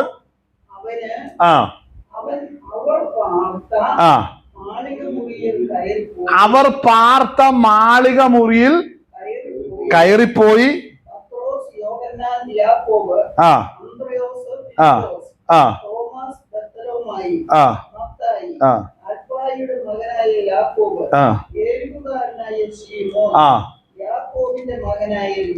യൂദ എല്ലാവരും സ്ത്രീകളോടും യേശുവിന്റെ അമ്മയായ മറിയോടും അവന്റെ സഹോദരന്മാരോടും കൂടെ ഒരുമനപ്പെട്ട് പ്രാർത്ഥനകൾ ചൊല്ലി. ശ്രദ്ധിക്കണം, ഇപ്പോ ഇവര് വീണ്ടും കൂടിയിരിക്കും പ്രാർത്ഥന കഴിച്ചു പോകുന്ന ഒരു അവസ്ഥയിലേക്ക് വരും. അപ്പൊ കർത്താവ് വാഗ്ദത്തം ചെയ്തു, ഞാൻ പോയി പരിശുദ്ധാത്മാവെന്ന വാഗ്ദത്തം നിങ്ങൾ പ്രാപിക്കുന്നത് വരെ നിങ്ങൾ പട്ടണത്തിൽ തന്നെ നിങ്ങൾ പാർക്കണം, നിങ്ങൾ വിട്ടു പോകരുത്, അല്ലേ? സ്തോത്രം. അവിടെ വായിക്കുന്ന എന്താണ്? സ്തോത്രം. അതിന്റെ 8-ാം വാക്യം. എന്നാൽ പരിശുദ്ധാത്മാവ് നിങ്ങളുടെ മേൽ വരുമ്പോൾ നിങ്ങൾ ശക്തി ലഭിച്ചിട്ട് യെരൂശലേമിലും യഹൂദിയിലും എല്ലായിടത്തിലും ശമര്യയിലും ഭൂമിയുടെ അറ്റത്തോളം എന്റെ സാക്ഷികൾ ആകുമെന്ന് പറഞ്ഞു. അപ്പോൾ മനസ്സിലാക്കണം, സാക്ഷ്യം വഹിക്കണമെങ്കിൽ ദൈവശക്തി വേണം. ദൈവശക്തി എന്ന് പറയുന്നത് ആത്മവിശ്വാസമല്ല. ദൈവശക്തിയാണ് യേശുക്രിസ്തു മാത്രം ദൈവമെന്ന് പ്രസംഗിക്കുവാൻ നമ്മെ ബലപ്പെടുത്തുന്നത് പരിശുദ്ധാത്മാവിന്റെ ശക്തിയാണ്. ഇന്ന് ശക്തി ഇല്ലാത്തത് കൊണ്ടാണ് അനേകർ തളർന്നു പോകുന്നത് ജീവിതത്തില്. ആരാ തളർന്നു പോകുന്നത്? സ്തോത്രം. വേലയ്ക്ക് വിളിക്കപ്പെട്ടിട്ടും വിശ്വാസ ജീവിതത്തിൽ നയിക്കപ്പെടുന്ന അനേകരുടെ ജീവിതത്തിൽ ദൈവശക്തി ഇല്ലാത്തത് കൊണ്ടാണ് തളർന്നു പോകുന്നത്. മനസ്സിലാകുന്നുണ്ടോ? ദൈവശക്തി ഉണ്ടോ എന്ന് നോക്കണേ. ബുദ്ധിയിലല്ല, ഇത് ആത്മശക്തി അവിടെ വരണം. കാര്യം ഇവർക്ക് ഈ ദൈവശക്തി ഇല്ലാത്തത് കൊണ്ടാണ് ഇവർ വാതിൽ അടച്ച് ഭയപ്പെട്ടിരുന്നത്. ഇവർക്ക് ദൈവശക്തി ഇല്ലാത്തത് കൊണ്ടാണ് യഹൂദന്മാരെ ഫേസ് ചെയ്യാൻ കഴിയാത്തത്. യഹൂദന്മാരുടെ നേർക്ക് നിൽക്കാൻ കഴിയാത്തത് എന്തുകൊണ്ടാണെന്നറിയോ? ദൈവശക്തി ഇല്ലാത്തത് കൊണ്ടാണ് അവരെ നേർക്ക് നിൽക്കാൻ പറ്റാത്തത്. മനസ്സിലാക്കണേ, നമ്മളുടെ കോൺഫിഡൻസ് കൊണ്ട് പലരെ നമ്മൾ നേരിട്ടാലും ദൈവശക്തി ഉണ്ടെങ്കിലേ ക്രിസ്തുവിനെ വെളിപ്പെടുത്താൻ പറ്റത്തുള്ളൂ. ക്രിസ്തുവിനെ വെളിപ്പെടുത്തണമെന്നുണ്ടെങ്കിൽ ദൈവശക്തി ഉണ്ടേ പറ്റത്തുള്ളൂ. ദൈവശക്തി ഇല്ലാതെ ഒരു പരിപാടിയും നടക്കത്തില്ല. ശിഷ്യന്മാർ അതുകൊണ്ടാണ് അവർ വാതിലടച്ചകത്തിരുന്നത്. അവർക്ക് യഹൂദന്മാരെ ഭയമാണ്, അവരുടെ നോട്ടം ഭയം, അവരുടെ സംസാരം ഭയം. അതുകൊണ്ട് ആ പത്രോസിനോട് ചോദിച്ച, നിന്റെ സംസാരം കേട്ടിട്ട് ആ ഗലീലക്കാരന്റെ അല്ലെ ശബ്ദം പോലെയും നോട്ടം പോലെയൊക്കെ ആണല്ലോ നീ ഇരിക്കുന്നതെന്ന് പത്രോസിനോട് ചോദിച്ചപ്പോ പത്രോസ് വേഗത്തിൽ ഭയപ്പെട്ടു. തള്ളി പറഞ്ഞൊരു കാരണം എന്നാ? ആ ദൈവശക്തി ഇല്ലാത്തത് കൊണ്ടാണ്. നമ്മൾ കർത്താവിനെ സാക്ഷീകരിക്കണമെങ്കിൽ ഉയരത്തിലെ ശക്തി വരണം. മനസ്സിലാകുന്നുണ്ടോ? കർത്താവിന് വേണ്ടി നിൽക്കണമെന്നുള്ള ഉയരത്തിലെ ശക്തി വരണം. ഉയരത്തിലെ ശക്തി ഉണ്ടെങ്കിൽ ദൈവത്തിന്റെ ആത്മാവ് വലിയ പ്രവർത്തികളെ ചെയ്യും. മനസ്സിലാക്കണം, വാഗ്ദത്തം പരിശുദ്ധാത്മാവിനെ പ്രാപിക്കുന്നത് വരെ നിങ്ങൾ പട്ടണം വിട്ടു പോകരുത്, അവിടെ തന്നെ പാർക്കണം. അപ്പോൾ ഇവര് പ്രാർത്ഥിക്കാൻ തുടങ്ങി. പ്രാർത്ഥിച്ചുകൊണ്ടാണ് വന്നത്? അല്ല, ദൈവത്തിന്റെ സ്വതം കർത്താവിന്റെ ക്ലോക്കിൽ ഒരു സമയം നിർണയിച്ചിട്ടുണ്ട്. കർത്താവിന്റെ ക്ലോക്കിൽ ഇവരുടെ മേൽ ദൈവത്തിന്റെ ശക്തി വരേണ്ട സമയം സ്വർഗം നിയമിച്ചിട്ടുണ്ട്. ആ സമയം വരെ ഇവർ കാത്തിരിക്കണം. ശ്രദ്ധിക്കണേ, നമ്മുടെ മേൽ ദൈവശക്തി വരുന്നത് വരെ നമ്മൾ കാത്തിരിക്കണം. നമ്മൾ പ്രാർത്ഥിച്ചുകൊണ്ടും കാത്തിരിക്കണം. നമ്മൾ അനേകര് കാത്തിരിക്കാറില്ല. നമ്മൾ വന്ന് പ്രാർത്ഥനയ്ക്ക് ഇരുന്നിട്ട് 100 വിഷയങ്ങൾ, ജഡത്തിലെ 100 വിഷയങ്ങൾ, ലോകത്തിലെ കുറെ വിഷയങ്ങളും പറഞ്ഞുകൊണ്ട് ദൈവസന്നിധി പറയും. ദൈവശക്തിക്കൊന്നും വേണ്ടി കാത്തിരിക്കുന്നവരിന്ന് വളരെ ചുരുക്കമാ. മനസ്സിലാവുന്നുണ്ടോ? ഏത് ഉപവാസ പ്രാർത്ഥന നടന്നാലും അവിടെ നിൽക്കുന്ന മക്കളുടെ വിഷയം അല്ലെങ്കിൽ മറ്റുള്ള വിഷയം പ്രാർത്ഥിച്ച് വിടുതലാക്കി കൊടുക്കാന്ന് അല്ലേ? ചില സമയത്ത് ഡാഡി ചിലയിടത്തൊക്കെ പറയുന്നത് കേട്ടു, ഇപ്പം അവിടെ വന്നിട്ടുണ്ടെങ്കിൽ പക്ഷെ പ്രാർത്ഥിച്ച് ഏത് വിഷയത്തിനും മറുപടി ഉണ്ടാക്കി കൊടുക്കുന്നത്. എവിടെന്ന് ഈ പുസ്തകമൊന്നും കണ്ടിട്ടില്ലേ? വായിച്ചേ, ആ ഭാഗം ഒന്ന് വായിച്ചേ, അപ്പോസ്തലപ്രവൃത്തി വായിച്ചേ. കാര്യം വചനം പറയുന്നത് കർത്താവിനെ സാക്ഷീകരിക്കാനാണ് ദൈവശക്തി തരുന്നത്. മനസ്സിലാകുന്നുണ്ടോ? ഹല്ലേലൂയ. അല്ലാതെ ആരുടെ പ്രശ്നത്തിന് പരിഹാരം ഉണ്ടാക്കുന്നതല്ല. ഞാൻ വളരെ ചിന്തിക്കുന്ന ഒരു കാര്യം, ചിലരുടെ മുമ്പിൽ പോയിക്കൊന്ന് പറയുന്നത് കാണുന്നത് ഏത് വിഷയം ഉണ്ടെങ്കിലും പരിഹാരം ഉണ്ടാക്കി തരുമെന്ന്. ഇവിടുന്ന് ഏത് ഭൂതവ പറഞ്ഞു കൊടുത്ത അങ്ങനെ? കർത്താവ്, ഞാൻ പറയട്ടെ, ശിഷ്യന്മാരുടെ മേൽ ദൈവശക്തി വന്നപ്പോ അവരെഴുന്നേറ്റ്, ശ്രദ്ധിച്ചേ, കണ്ണടയ്ക്കാൻ പറഞ്ഞതല്ല, അവരെഴുന്നേറ്റ് ഭൂതത്തെ പുറത്താക്കി രോഗസൗഖ്യമാക്കിയല്ല, അവര് പ്രസംഗിക്കുകയാണ് ചെയ്തത്. മനസ്സിലായോ? ദൈവശക്തി വന്നപ്പോൾ അവരെഴുന്നേറ്റ് സുബോധത്തോടെ പ്രസംഗിച്ചു. അവരുടെ പേടി പോയി. ഈ രോഗസൗഖ്യം കാണിച്ചിട്ട് കർത്താവിനെ കൊണ്ടുവരുന്നൊന്നുണ്ടല്ലോ, ശരി, നേരായ വഴിയല്ല. മനസ്സിലാവുന്നുണ്ടോ? രോഗസൗഖ്യമായിട്ട് യേശുവിനെ കാണിക്കുക, ബന്ധനമുണ്ട്, അഴിക്കുക, ഇതൊക്കെ എവിടെ ഇപ്പോഴുണ്ടോ എവിടെയെങ്കിലും ബന്ധനം എടുത്ത് കാണിക്കാനായിട്ട്? അവിടെ പറഞ്ഞ് ചില വിവരക്കേടുകളൊക്കെ മാറ്റണം. നമ്മൾ കർത്താവിനെ കൂടുതൽ അറിഞ്ഞെന്ന് പറഞ്ഞുകൊണ്ട് വിട്ടിത്തരം മറ്റുള്ളവരോട് പറയാൻ പാടില്ല. ആമേൻ. ഇതൊക്കെ തിരിച്ചറിയണം. എന്താ ആ ഭാഗം വായിക്കുന്നത്? പരിശുദ്ധാത്മാവിനെ കുറിച്ച് അവിടെ വായിക്കുന്നത് എന്താണ്? ആമേൻ. അവിടെ വായിച്ചേ. അല്ല, അതിന്റെ 8-ാം വാക്യം, 1-8 വായിച്ചേ.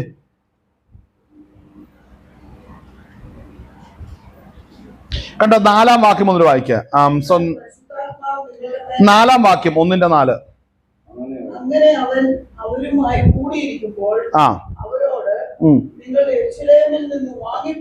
ശ്രദ്ധിക്കണേ, യെരൂശലേമിൽ നിന്ന് വാങ്ങിപ്പോകാതെ, അതായത് ഉയരത്തിലെ ശക്തി വരാതെ ഒരു യാത്ര പോലും ചെയ്യരുത്. അതല്ലേ പറഞ്ഞേ? നിങ്ങൾ പോകരുതൊരു യാത്ര പോലെ ചെയ്യല. ഉയരത്തിലെ ശക്തി വന്നാലാ ദൈവശക്തി നമുക്ക് വഴി തെളിയിച്ചു തരത്തുള്ളൂ. ഉയരത്തിലെ ശക്തി വരണം. ഉയരത്തിലെ ശക്തി ഉണ്ടോ? ഹല്ലേലൂയ. ഇത് കേട്ടെ, ഈ സ്വർഗീയ വിരുന്നിന്റെ പഠിപ്പിയിൽ അല്ലെങ്കിൽ അങ്ങനെയുള്ള പ്രോസ്പെരിറ്റിയും ഹൈപ്പർ ഗ്രേസും ഇതുപോലെ റോങ് ആയിട്ടുള്ള ഹീലിംഗ് ഒക്കെ പ്രസംഗിക്കുന്നിടത്താണ് നിങ്ങൾ വന്ന യേശുവിന്റെ നാമത്തിൽ സൗഖ്യം കിട്ടും, ഭൂതത്തെ പുറക്ക്, അതൊക്കെ വിട്ടുകളയണം കേട്ടോ. യേശു ക്രിസ്തു രക്ഷിക്കപ്പെട്ട അവൻ വചനം വാതുറന്ന് വചനം പ്രസംഗിക്കും. മനസ്സിലാവുന്നുണ്ടോ? വചനം പ്രസംഗിക്കും. വചനം പരിശുദ്ധാത്മാവ് എന്താ പ്രസംഗിക്കുന്നതെന്ന് അറിയാവോ? എന്നാ പ്രസംഗിക്കണം? ക്രിസ്തുവിനെ പ്രസംഗിക്കണം. ക്രിസ്തുവിനെ പ്രസംഗിക്കണം. അതും ഇതുമല്ല പ്രസംഗിക്കേണ്ടത്. ചിലർക്ക് 5 വിധ ശുശ്രൂഷ, അപ്പോസ്തോലിക ശുശ്രൂഷ, ഇതൊക്കെ അതൊന്നും അല്ല പ്രസംഗിക്കേണ്ടത്. ഈ കർത്താവായ യേശു ക്രിസ്തുവിനെ പ്രസംഗിക്കണം. പരിശുദ്ധാത്മാവ് വെളിപ്പെടുത്തി തരണം ക്രിസ്തു ആരാന്ന്. അതാണ് പ്രസംഗിക്കേണ്ടത്. പിടികിട്ടിയോ? പരിശുദ്ധാത്മാവ് വെളിപ്പെടുത്തണം ക്രിസ്തു ആരാന്ന്. ആ വെളിപ്പാടുകൾ പ്രസംഗിക്കാനാണ് ദൈവം തന്റെ ശക്തി പകർന്നിരിക്കുന്നത്. പക്ഷെ ഇന്ന് ഒത്തിരി സഭകള് കർത്താവിനെ രോഗസൗഖ്യം കൊടുക്കുന്ന ഒരു വ്യക്തിയാക്കി മാത്രം കാണിക്കുക, അത്ഭുതം ചെയ്യുന്ന ഒരുവനാക്കി മാത്രം നിർത്തുക. ഇത് തെറ്റാണ്. ചിലർക്ക് അങ്ങോട്ട് ഭയങ്കര സന്തോഷം കയറുമ്പോഴത്തേനും വായിന്ന് വരുന്ന എന്നാന്ന് പോലും അറിയത്തില്ല. അവർ പറയുന്നത് എന്നാന്ന് ചോദിച്ചിട്ടുണ്ടെങ്കിൽ കർത്താവ് ഇപ്പൊ നിന്നെ എല്ലാ വിഷയത്തിനും അങ്ങോട്ട് പരിഹാരം ഉണ്ടാക്കുക എന്ന്. ഇവിടെ കവിടി നേരത്തല്ല സുവിശേഷതല വായിച്ചേ. അങ്ങനെ അവൻ അവരുമായി കൂടിയിരിക്കുമ്പോൾ അവരോട് നിങ്ങൾ യെരൂശലേമിൽ നിന്ന് വാങ്ങിപ്പോകാതെ എന്നോട് കേട്ട പിതാവിന്റെ വാഗ്ദത്തം. ഇവിടെ എന്നാന്നറിയാം, അനേകർ അഭിഷേകം പ്രാപിക്കാതെ ശക്തി പ്രാപിക്കാതിരിക്കുന്ന കാരണം കേട്ടോ. ഞാൻ പറയാം, ഇങ്ങോട്ട് നോക്കിയോ പുസ്തകം പിന്നെ നോക്കിക്കോ. എന്നാ കാരണം എന്നറിയാവോ? യേശു ക്രിസ്തു പറഞ്ഞ എന്നാ സ്വത്വം, എന്നോട് കേട്ട പിതാവിന്റെ വാഗ്ദത്തം. എന്ത് മനസ്സിലായി? വാഗ്ദത്തം വായ കൊണ്ട് കൽപ്പിച്ചത് യേശു ക്രിസ്തുവും യേശു ക്രിസ്തുവിനെ അയച്ചത് സ്വർഗത്തിലെ പിതാവാണെന്ന് നീ വിശ്വസിക്കുന്നുണ്ടോ? ഇതാണ് നിനക്ക് വിശ്വസിക്കാൻ പറ്റാത്തത്. പുത്രനാകുന്ന യേശു ക്രിസ്തു പറഞ്ഞത് പിതാവ് കൽപ്പിച്ചതാണ്. പിതാവിന്റെ ഇഷ്ടമാണ് പുത്രൻ അയക്കപ്പെട്ടത്. അതുകൊണ്ട് എന്നോട് കേട്ടത് പിതാവിന്റെ കയ്യിൽ നിന്ന് നിങ്ങളുടെ മേൽ പകരുമെന്ന് പറഞ്ഞാൽ അത് വിശ്വസിക്കുന്നുണ്ടോ? മനുഷ്യനോട് പറയാൻ വിശ്വസിക്കുന്നുണ്ടെന്ന്, എന്നിട്ട് നീ ഒന്നും പ്രാപിക്കാതെ ഇങ്ങനെ ഈച്ചയാട്ടി ഇരിക്കാൻ പറഞ്ഞിട്ട് വർഷം കുറെ ആയി.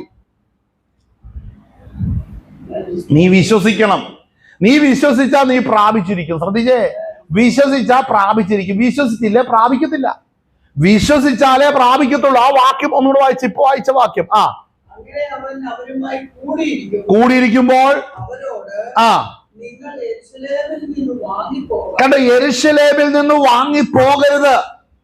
കണ്ടോ, ആ കണ്ടീഷൻസ് ശ്രദ്ധിക്കണം. പോകരുത്, ഒരു യാത്ര. ഇത് ദൈവത്തിന്റെ ശക്തി കൂടാതെ ഒരു യാത്ര ചെയ്യരുത്. കാരണം എന്നാണെന്നറിയാവോ? ഉയരത്തിലെ ശക്തി വന്നു കഴിഞ്ഞാൽ ദൈവം ഈ 120 പേരെ നിറയ്ക്കും, 11 അപ്പോസ്തലന്മാരെ നിറയ്ക്കും. ഇവർക്ക് അടുത്ത സെക്കൻഡ് മുതൽ ദൈവാത്മാവിന്റെ ഗൈഡൻസ് അനുസരിച്ചുള്ള യാത്ര ദൈവം ഒരുക്കി വെച്ചിട്ടുണ്ട്. ദീർഘയാത്രയെല്ലാം പരിശുദ്ധാത്മാവിന്റെ ശക്തിയാലാണ്. ദൂരയാത്ര പരിശുദ്ധാത്മാവിന്റെ ശക്തിയാലാണ്. മനസ്സിലാവുന്നുണ്ടോ? അത് സംഭവിക്കണമെങ്കിൽ നമ്മളെ ഉയരത്തിലെ ശക്തി നമ്മളിൽ വരണം. വന്നിട്ടുള്ളവർക്കറിയാം കർത്താവ് പിന്നീട് പ്ലാനുകളെല്ലാം വെക്കുന്നത് സ്വർഗത്തിലെ ഇഷ്ടം ഭൂമിയിൽ വെളിപ്പെടുവാൻ. കർത്താവ് എന്താ പഠിപ്പിച്ച? സ്വർഗത്തിലെ പോലെ. എങ്ങനെ ഈ സ്വർഗത്തിലെ പോലെ ഭൂമിയിൽ ആകുന്നത്? ഇത് ആരിലൂടെ ആകുന്നത്? ഇത് തെരഞ്ഞെടുക്കപ്പെട്ട അഭിഷിക്തന്മാരിൽ വസിക്കുന്ന ക്രിസ്തുവിന്റെ ആത്മാവാകുന്ന പരിശുദ്ധാത്മാവ് നമ്മളിൽ വസിക്കുമ്പോൾ സ്വർഗത്തിലെ ഇഷ്ടം നമ്മുടെ ജീവിതത്തിലൂടെ ലോകത്തിൽ വെളിപ്പെടും. മനസ്സിലാവുന്നുണ്ടോ? ഇതാ സംഭവിക്കേണ്ടത്. വായിച്ചേ. വാങ്ങിപ്പോകാതെ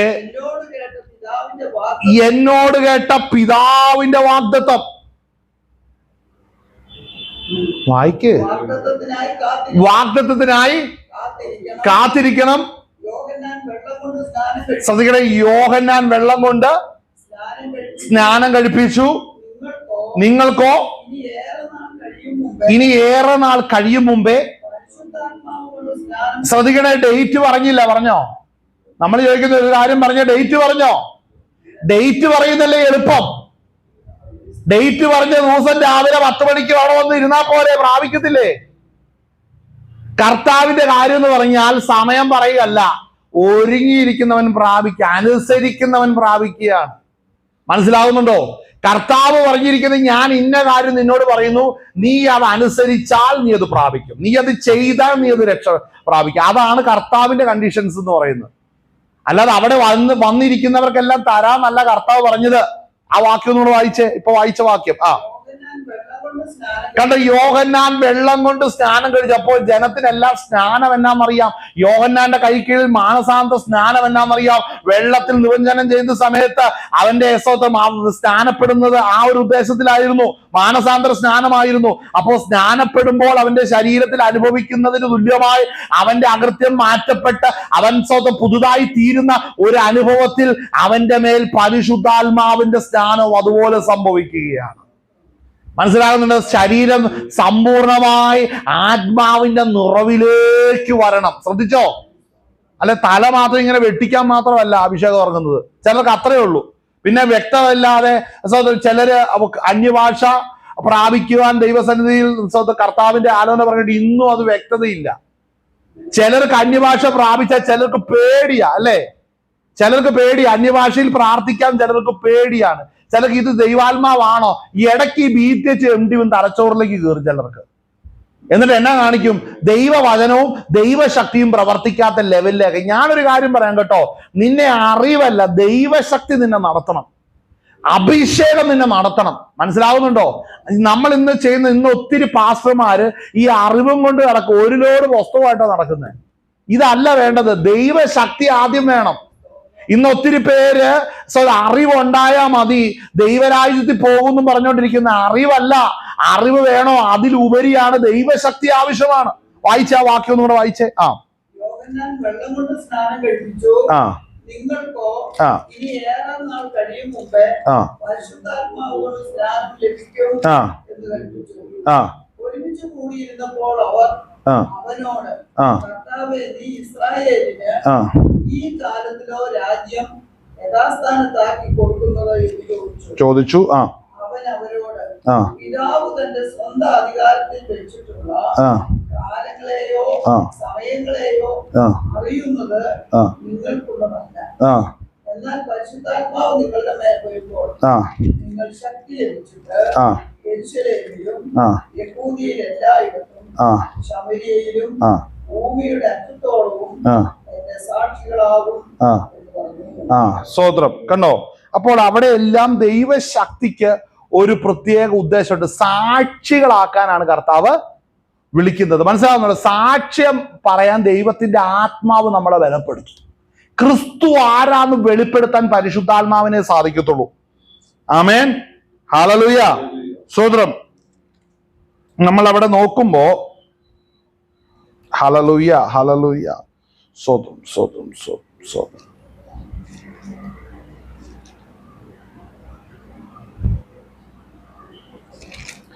സ്തോത്രം. നമ്മൾ അതിന്റെ കൊരിന്ത്യ ലേഖനം 2 കൊരിന്ത്യർക്കെഴുതി 2-ാം ലേഖനം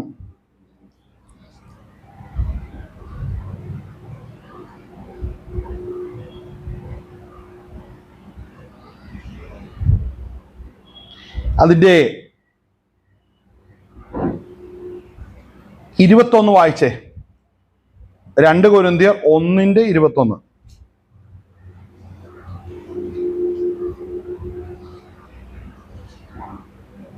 ഞങ്ങളെ നിങ്ങളോട് കൂടെ ക്രിസ്തുവിൽ ഉറപ്പിച്ചിരിക്കുന്നതും നമ്മെ അഭിഷേകം ചെയ്തതും ദൈവമല്ലോ. അവൻ നമ്മെ മുദ്രയിട്ടും ആത്മാവെന്ന അച്ചാരം നമ്മുടെ ഹൃദയങ്ങളിൽ തന്നുമിരിക്കുന്നു. ആ 21-ാം വാക്യം ഒന്നും കൂടെ വായിക്കാം.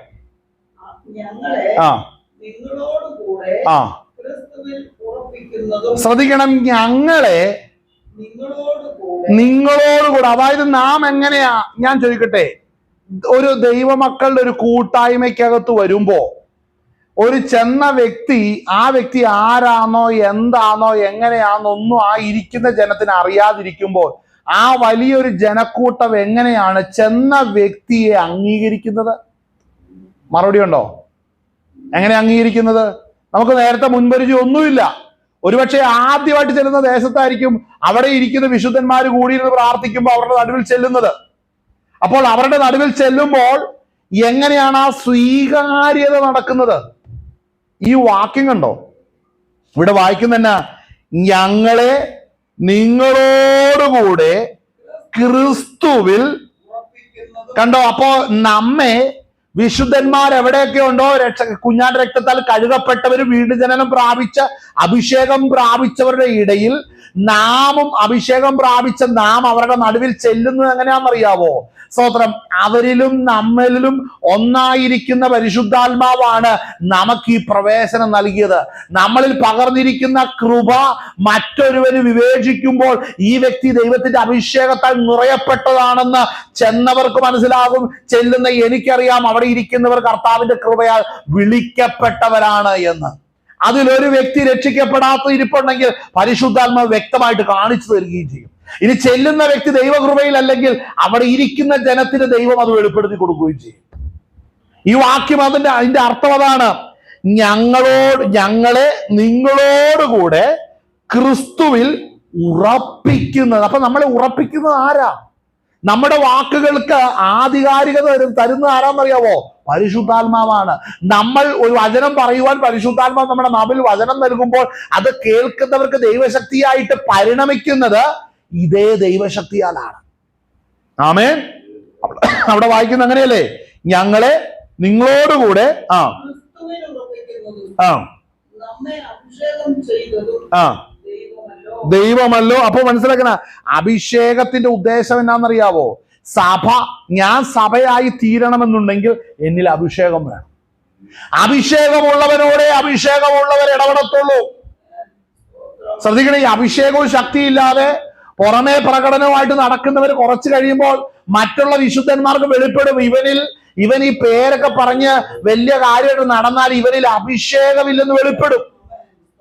മനസ്സിലായോ? അങ്ങനെ സംഭവിക്കുമെന്ന് കൊരിന്ത് സഭയോട് ഇവിടെ പൗലോസ് പറയുക. അഭിഷേകം എത്ര വലുതാണെന്നറിയോ? അഭിഷേകമില്ലാതെ ഒരു കാര്യവും നടക്കത്തില്ല. ആമേൻ. ആ വാക്യം ഒന്നും കൂടെ വായിച്ചേ. അവിടെ വേറെ വാക്യം കൂടെ നമുക്ക് വായിക്കാൻ കൂടെ.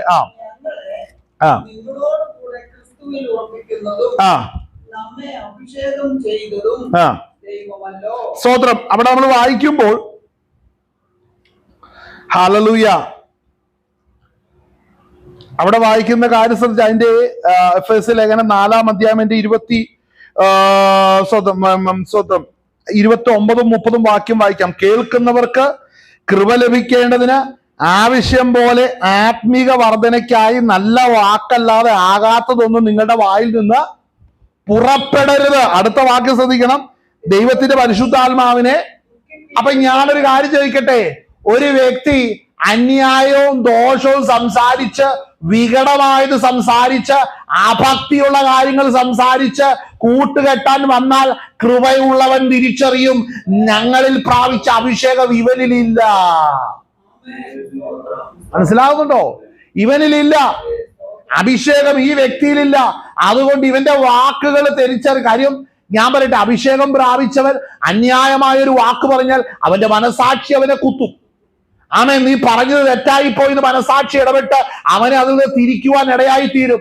അപ്പോൾ ഒരു മനസാക്ഷി കുത്തുമില്ല, വായി വരുന്നത് പറഞ്ഞ് വികടത്തരവുമായിട്ട് ജീവിക്കുന്ന ഒരു വ്യക്തി അടുത്ത് വന്നാൽ മനസ്സിലാക്കണം, വിവേചിച്ചാൽ അപ്പോഴേ മനസ്സിലാകും ഇവനിൽ അഭിഷേകമില്ല, പക്ഷെ ഇവൻ സഭ എന്ന പ്രസ്ഥാനത്തിലുണ്ട്. ശ്രദ്ധിച്ചോ? പിടികിട്ടിയോ? ആരാണ് ഇപ്പൊ സ്നാനപ്പെട്ടിട്ടും ഈ തോന്നി പോലെ ജീവിക്കുന്ന? അഭിഷേകമില്ലാത്തവരാണ്. അവരിൽ അഭിഷേകമില്ല. അവരുടെ വാക്കോ നോട്ടമോ പ്രവൃത്തി ഒന്നും ദൈവാത്മാവിന്റെ നിയന്ത്രണത്തിൽ അല്ലാത്തത് കൊണ്ട് അവര് തേച്ച് പടിയാക്കിയ ഷർട്ടും ക്ലീൻ ഷേവും മോന്തയായിട്ട് വന്ന് കാര്യങ്ങളൊക്കെ ചെയ്യും. പക്ഷെ അവർ യഥാർത്ഥത്തിൽ ദൈവമക്കളേ അല്ല, ദൈവമക്കള് പോലും ആയിട്ടില്ല. അവരിൽ വീണ്ടും ജനനം സംഭവിച്ചിട്ട് പോലുമില്ല. അതുകൊണ്ടാണ് അവര് ഈ പറയുന്ന വചനം ശ്രദ്ധിച്ച് അവിടെ വായിക്കുന്ന എന്താണ്? കേൾക്കുന്നവർക്ക് കൃപ ലഭിക്കേണ്ടതിന് ആവശ്യം പോലെ ആത്മീക വർധനവ്. ശ്രദ്ധിക്കണേ, ഒരുവനിൽ അഭിഷേകം ഉണ്ടോ ഇല്ലയോ എന്ന് അവന്റെ വാക്ക് കേൾക്കുമ്പോൾ അറിയാം. എങ്ങനെയാണെന്നറിയാവോ? ചിലർക്ക് വായിക്കകത്ത് കത്തി തൂമ്പായും കോടാലിയൊക്കെ ഇരുന്ന നാവിന്റെ ഫലം അതാണ്. ചിലരെ മുറിച്ച് സംസാരിക്കുക, ചില മറിച്ച് സംസാരിക്കുക, ചിലർക്ക് പൊട്ടച്ചൊല്ലും കളിവാക്കുക ചിലരുടെ വായിക്കത്ത് കിടക്കുന്നത്. ഇതൊക്കെ കേൾക്കുമ്പോൾ മനസ്സിലാക്കി ഇവർ ദൈവാത്മാവുമായിട്ട് ഇവര് ബന്ധമില്ല. മനസ്സിലായോ? പരിശുദ്ധാത്മാവിന് ശക്തി നമ്മൾ മനസ്സിലാക്കണം. ഈ ശക്തി അകത്ത് വന്നാൽ നമുക്ക് എല്ലാത്തിനെയും നമുക്ക് ഗ്രഹിക്കാൻ, വിവേചിക്കാൻ ദൈവത്തിന്റെ ആത്മാവ് കൃപ ചെയ്യും. ഹല്ലേലൂയ. നിങ്ങളെ തന്നെ പരിശോധിച്ചോണേ. നിങ്ങളുടെ വായിൽ എന്തും പറയാൻ, എന്തും ചിന്തിക്കാൻ, എന്തും ചെയ്തു കൂട്ടാനുള്ള അനുഭവം ഉണ്ടെങ്കിൽ നിങ്ങൾ മനുഷ്യരെ പേടിച്ചോ പാസ്റ്റർമാരെ പേടിച്ചോ ഒക്കെ മിണ്ടാതെ വായ കൂട്ടി ഇരുന്നാലും വാസ്തവം എന്ന് പറഞ്ഞാൽ നീ ദൈവവൈതലായിട്ടില്ല. നീ വീണ്ടും ജനിച്ചിട്ടില്ലെന്ന് മനസ്സിലായോ? വീണ്ടും ജനിക്കണം. വീണ്ടും ജനിക്കാത്തത് കൊണ്ടാണ് നിന്റെ വായിൽ ഈ വികടത്തരമെല്ലാം വരുന്നത്. വീണ്ടും ജനിക്കാത്തതുകൊണ്ടാണ് നിന്റെ ഈ പാപസ്വഭാവം നിന്നിൽ നിന്ന് മാറാത്തത്. വീണ്ടും ജനിക്കാത്തത് കൊണ്ടാണ് നിനക്ക് നിന്റെ വഴികളെല്ലാം ബോധ്യമായിട്ട് തോന്നുന്നത്. നിന്റെ വഴിയെല്ലാം നിനക്ക് ശരിയാണ്. നിന്റെ ഒരു പ്രവൃത്തി പോലും തെറ്റല്ലാതെ തോന്നുന്ന കാര്യം, നീ വീട്ടിൽ ജനിച്ചിട്ടില്ല. നീ വീട്ടിൽ ജനിച്ചതാണെങ്കിൽ പരിശുദ്ധാത്മാവ് നിന്റെ പ്രവർത്തികൾക്കെതിരെ നിൽക്കും. പരിശുദ്ധാത്മാവിന്റെ ഹൃദയത്തോട് ഇടപെടും. നിന്റെ വഴികളെ പരിശുദ്ധാത്മാവ് നിയന്ത്രിക്കാൻ ഇടയായി തീരും. നിന്റെ വഴികളെ കുറിച്ച് ദൈവത്തിന്റെ ആത്മാവ് നിനക്ക് ബോധ്യം നൽകും. പക്ഷെ ഈ അഭിഷേകം ഇല്ലാത്തവരെ സംബന്ധിച്ച് അവർക്ക് അവരുടെ എല്ലാം ശരിയാ.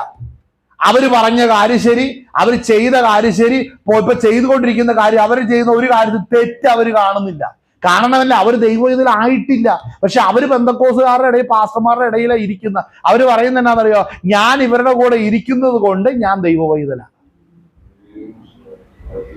അങ്ങനെ കുറെ പേരുണ്ട്. അവര് കൂടെ ഒരു മീറ്റിംഗ് നടന്നാൽ ഫ്രണ്ട് കസേര പോയിരിക്കും, ഫ്രണ്ട് സീറ്റെ പോയിരിക്കും. ചോദിച്ച ചാടി ചാടി മറുപടി അറിയും. മനുഷ്യ, നീ വീണ്ടും ജനിച്ചിട്ടില്ല. മനസ്സിലാവുന്നുണ്ടോ? വീണ്ടും ജനിച്ചിട്ടില്ല. അപ്പോൾ മനസ്സിലാക്കണം, വീണ്ടും ജനിക്കാനാണ് കർത്താവ് നിന്നെ വിളിച്ചിരിക്കുന്നത്. ആ വാക്യം ഒന്ന് വായിച്ച കേൾക്കുന്നവർക്ക് കൃപ ലഭിക്കേണ്ടതിന് സ്തോത്രം. നമുക്കത് ഇച്ചിരി കൂടെ മനസ്സിലാകണമെന്നുണ്ടെങ്കിൽ സ്തോത്രം അതിന്റെ 24 മുതൽ വായിച്ചേ, അല്ല 23 വായിച്ചേ. 4:23, എഫേസർ 4:23 മുതൽ.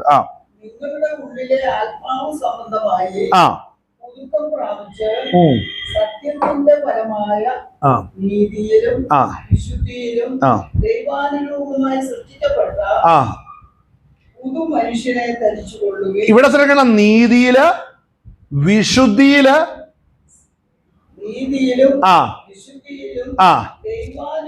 മനസ്സിലാകുന്നുണ്ടോ? നീതിയിലും വിശുദ്ധിയിലും ദൈവാനുരൂപമായി സൃഷ്ടിക്കപ്പെട്ട പുതുമനുഷ്യനെ കണ്ട. ഇങ്ങനെയുള്ളവര് ഒരിക്കലും അത് ആഗ്രഹിക്കില്ല. ഇവരിപ്പൊ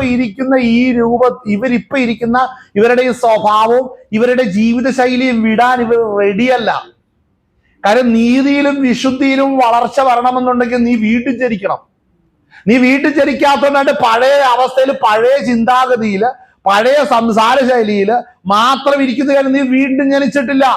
അഭിഷേകം അകത്തുണ്ടെങ്കിൽ, പരിശുദ്ധാത്മാവ് അകത്തുണ്ടെങ്കിൽ, നീ പഴയ വഴിയിലൂടെ പോകാൻ തുടങ്ങുമ്പോ നിന്നോട് പരിശുദ്ധാത്മാവ് ഇടപെടും. മകനെ, ഈ വഴിയിൽ പോകരുത്, ഇവിടെ നിന്നാണ് നിന്നെ ഞാൻ വീണ്ടെടുത്തിരിക്കുന്നത്, നിന്റെ ഈ സ്വഭാവത്തിൽ നിന്നാണ് ഞാൻ നിന്നെ വീണ്ടെടുത്തിരിക്കുന്നത്. അതുകൊണ്ട് ഈ പഴയ വഴികൾ ഉപേക്ഷിച്ച് നീതിയുടെ വഴിയിൽ നടക്കണമെന്ന് പരിശുദ്ധാത്മാവ് ഇടപെടും. അത് അഭിഷേകം പ്രാപിച്ച വ്യക്തിക്ക്, വീണ്ടും ജനനം പ്രാപിച്ച വ്യക്തിക്ക് അത് സാധിക്കത്തുള്ളൂ. ചിലർക്ക് എന്നാന്നറിയാ, ചിലർ എന്നും പ്രവാചകന്മാരെ കാണാൻ വേണ്ടി ഓടുന്നവരെ ശ്രദ്ധിച്ചിട്ടുണ്ടോ? ഒന്ന്. രണ്ടാമത് സ്വന്തം ഹാളലിയ എപ്പോൾ ഏത് വിഷയം പാസ്റ്റർമാരോട് ആലോചന ചോദിച്ചുകൊണ്ടിരിക്കുന്നുണ്ടോ? ഇവരിൽ പരിശുദ്ധാത്മാവ് ഇല്ല. അതുകൊണ്ടാണ് ഇവർ ചെയ്യുന്ന കാര്യം ശരിയാണെന്ന് പാസ്റ്റർമാരോട് ചോദിക്കും. ഏത് കാര്യം പാസ്റ്റർമാർ ഓക്കെ പറഞ്ഞേ ചെയ്യും. മകനെ, നീ ഇന്നെങ്കിലും വീണ്ടും ജനിക്ക്. മനസ്സിലാവുന്നുണ്ടോ? അങ്ങനെ ജീവിക്കുന്ന ഒത്തിരി വിശ്വാസികളുണ്ട്. അവർ ഇതുവരെ വീണ്ടും ജനിച്ചിട്ടില്ല. അതാണ് അവരുടെ പ്രശ്നം. അവർ വീണ്ടും ജനിക്കാത്തത് കൊണ്ട് അവർക്കൊരു മനുഷ്യന്റെ ആവശ്യമുണ്ട്, ഒരു അഭിഷേകം പ്രാപിച്ചവന്റെ ആവശ്യമുണ്ട്. എല്ലാ കാര്യം അവരുടെ സമ്മതം കേട്ടും അവരുടെ ആവശ്യം കേട്ടോണ്ട് ഇരുന്ന് മുമ്പോട്ട് പോവുകയാണ്. പക്ഷേ ഇവൻ അറിയാത്തൊരു കാര്യമുണ്ട്, ഇവൻ വീണ്ടും ജനിച്ചില്ലെങ്കിൽ ദൈവരാജ്യത്തിൽ പോകത്തില്ല. ഇവിടെ അതിനും ഇതിനും ചില വിഷയങ്ങൾക്ക് വേണ്ടി പ്രാർത്ഥിച്ച് മറുപടിയും കേട്ടോണ്ടിരിക്കും. പക്ഷെ കാഹളം നനിക്കുമ്പോ അഭിഷേകം പ്രാപിച്ച നിന്റെ കൂടെ നീ ആലോചന ചോദിക്കുന്ന വ്യക്തി രൂപാന്തരം പ്രാപിച്ച് ദൈവസന്നിധി പോകും, നീ മഹോദരത്തിലേക്കും പോകും. മനസ്സിലാവുന്നുണ്ടോ?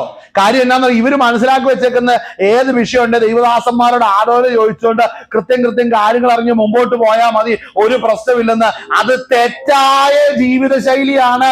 നിന്നിൽ അഭിഷേകമുണ്ടെങ്കിൽ മാത്രമാ നിന്നെ ദൈവം ഉപദേശിക്കത്തുള്ളൂ.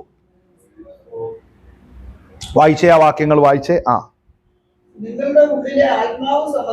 നിങ്ങളുടെ ഉള്ളിലെ ആത്മാവ് സംബന്ധമായി സത്യത്തിന്റെ ഫലമായ നീതിയിലും വിശുദ്ധിയിലും ദൈവാനുരൂപമായി സൃഷ്ടിക്കപ്പെട്ട പുതു മനുഷ്യനെ ധരിച്ചുകൊള്ളുവിൻ. ശ്രദ്ധിക്കണേ, ഈ ആർക്കാന്നറിയാവോ ഇതൊക്കെ ഉപേക്ഷിക്കാൻ കിട്ടുന്ന ശക്തി? നമ്മളിപ്പോ പറഞ്ഞുതരാ, പരിശുദ്ധാത്മാവിന്റെ ശക്തി ഉണ്ടെങ്കിലേ ഇതിനെയൊക്കെ ജയിക്കാൻ പറ്റത്തുള്ളൂ. ചിലര് പുറകെ ഇങ്ങനെ നടക്കും. അവരോട് വെറുതെ ഇങ്ങനെ സംസാരിക്കരുതെന്ന് പറഞ്ഞാൽ അവർ ചിരിച്ചു കാണിക്കും, വീണ്ടും സംസാരിക്കും.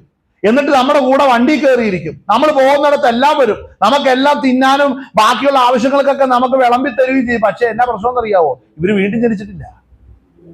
അവരെന്തായി? അവര് മനുഷ്യരെ സേവിക്കുകയാണ്.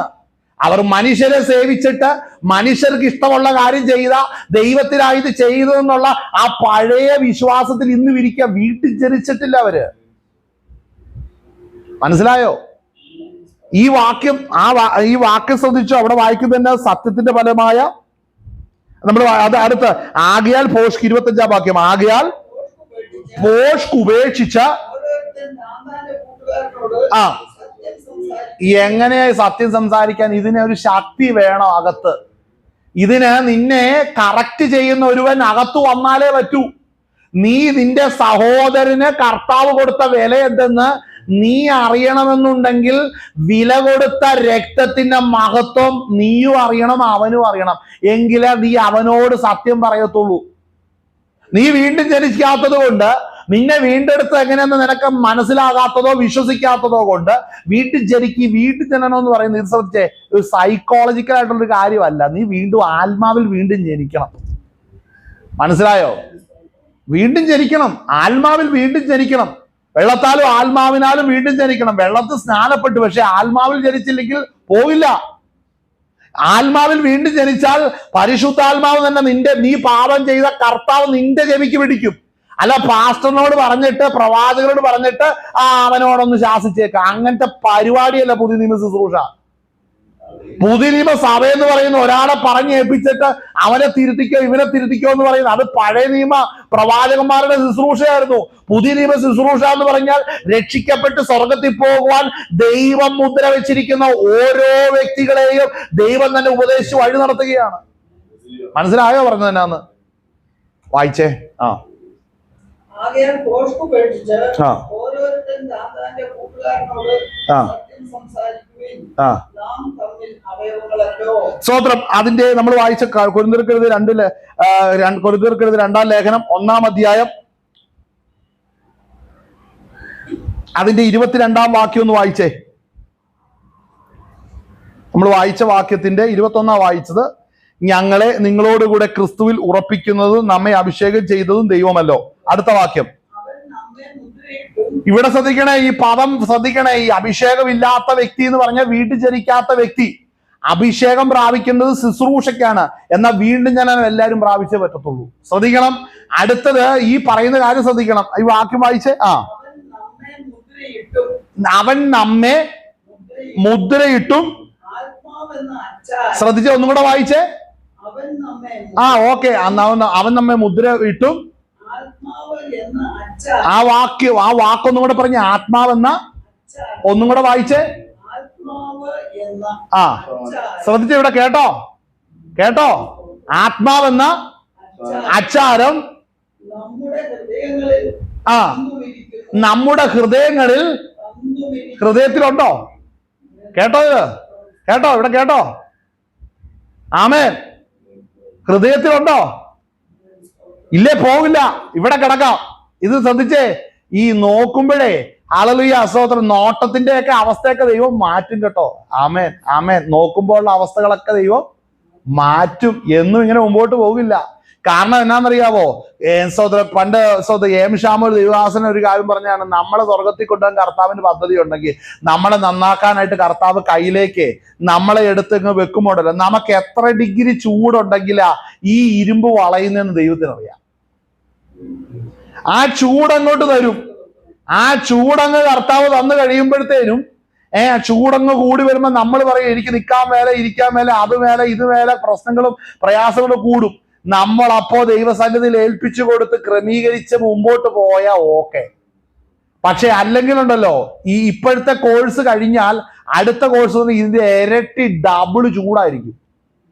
നമ്മൾ ഓരോരുത്തരെ നല്ലതുപോലെ ദൈവത്തിന് അറിയാം കേട്ടോ. ഞാനൊരു കാര്യം പറയാം, നമ്മളെ നല്ലപോലെ ദൈവത്തിന് അറിയാം. എന്താണെന്നറിയാമോ?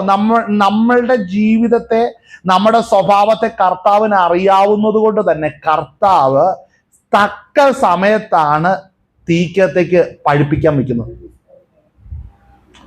കൃത്യം പഠിപ്പിക്കാൻ വെക്കും. അവിടെ ചുറ്റുമുള്ളവരെല്ലാം എതിരാകും. തൊടുന്ന പിടിക്കുന്ന വിഷയങ്ങൾ പ്രശ്നമാകും. ഒരിക്കലും സ്വസ്ഥത, ഒരു മനുഷ്യൻ ഒരു ആശ്വാസം പറയുന്നില്ല. ശ്രദ്ധിച്ചോ, അത് നടക്കുന്നുണ്ടെങ്കിൽ മനസ്സിലാക്കണം, നിന്നെ തീക്കത്തിട്ടേക്കുക. നീ പുറത്തു വരും, പുറത്ത് ശരിക്കും വരും. ഈ ഫലം നിന്നിൽ വെളിപ്പെടുമാറ് നീ പുറത്തു വരും. മനസ്സിലായോ? കർത്താവിനറിയാം എങ്ങനെ നന്നാക്കണമെന്നുള്ളത്. നമ്മൾ ഉദ്ദേശിക്കുന്ന പോലെയല്ല. വെറുതെ വെള്ളിയാഴ്ച ദിവസം വന്നൊരു പ്രാർത്ഥനയെ നടത്തി 2 പാട്ടും പാടി സ്തോത്രം പറഞ്ഞ് കൈയടിച്ചു പോകുന്ന പരിപാടിയല്ല ഇത്. നമ്മളുടെ നമ്മെ സ്വർഗത്തിൽ കൊണ്ടുപോകുവാൻ ദൈവം വെച്ചിരിക്കുന്ന ഒരു പ്രോഗ്രാമാണ്. ഈ പ്രോഗ്രാമിൽ ഓരോ ആത്മാവിനെ എങ്ങനെ ഒരുക്കണമെന്ന് സ്വർഗത്തിലെ ദൈവത്തിന് നല്ലതുപോലെ അറിയാം. പ്രസംഗിക്കുന്ന എൻ്റെ നേർക്ക് ഇങ്ങനെ എതിർത്ത് വൈരാഗ്യത്തോടെ നോക്കിയിട്ട് ഒരു കാര്യമില്ല. നോക്കുന്നവൻ ദൈവമാണ്. ചിലർ നോക്കുന്ന എന്താ പറയാ, നീ പറയുന്നതൊക്കെ വേറെ, ദൈവത്തിന് വേറെ പ്ലാൻ ഉണ്ടാകുന്ന. നിന്റെ ചെവിക്ക് പിടിച്ച് തൂക്കുന്ന ദിവസം നീ അറിയും. ആമേൻ. വായിച്ചോ അടുത്ത വാക്യം. നിങ്ങളെ ആദരിച്ചിട്ടത്രേ ഞാൻ ഇതുവരെ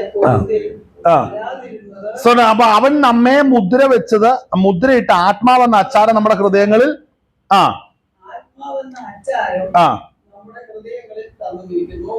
അപ്പൊ ശ്രദ്ധിച്ചോ, അപ്പൊ അഭിഷേകത്തിന്റെ ഉദ്ദേശം എന്താണ് മനസ്സിലാകണം. അത് നമ്മളെ മുദ്ര വെച്ചിരിക്കുന്നതിന്റെ കാര്യം എന്ന് പറഞ്ഞാൽ നമ്മളെ വീണ്ടെടുക്കണം. ആമേൻ, ആമേൻ. നമ്മൾ ഈ വാക്യം വായിക്കും, ഇതിന്റെ കൂടെ വായിക്കേണ്ട മറ്റൊരു ഭാഗമാണ് ഏതാണെന്നറിയോ?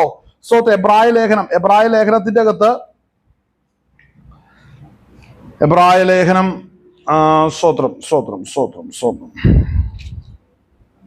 അതിന്റെ 6-ാം അധ്യായം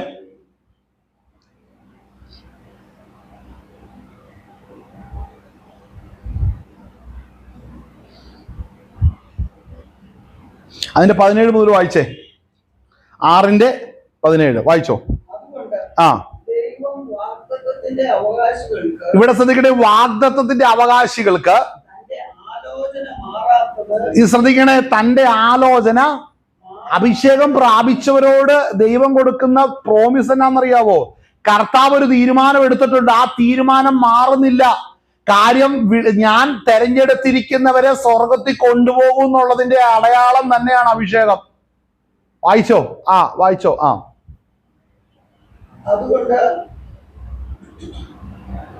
അതുകൊണ്ട് ദൈവം വാഗ്ദത്തത്തിന്റെ അവകാശികൾക്ക് തന്റെ ആലോചന മാറാത്ത, കണ്ടോ, തന്റെ ആലോചന. ശ്രദ്ധിക്കണം, നമ്മുടെ ഭാവികാലം കണ്ട സ്വർഗത്തിലെ ദൈവം നമ്മെ സ്വർഗരാജ്യത്തിനായി നിയമിച്ചിരിക്കുന്നു. കർത്താവിന്റെ ഭവനത്തിൽ നമ്മളെ ചേർക്കും, അവന്റെ ഭവനത്തിൽ നമ്മളെ വസിപ്പിക്കും, അവന്റെ കൂടാരത്തിൽ നമ്മളെ പാർപ്പിക്കും എന്നുള്ളതിന്റെ അടയാളമാണ് അഭിഷേകം. വായിച്ചേ.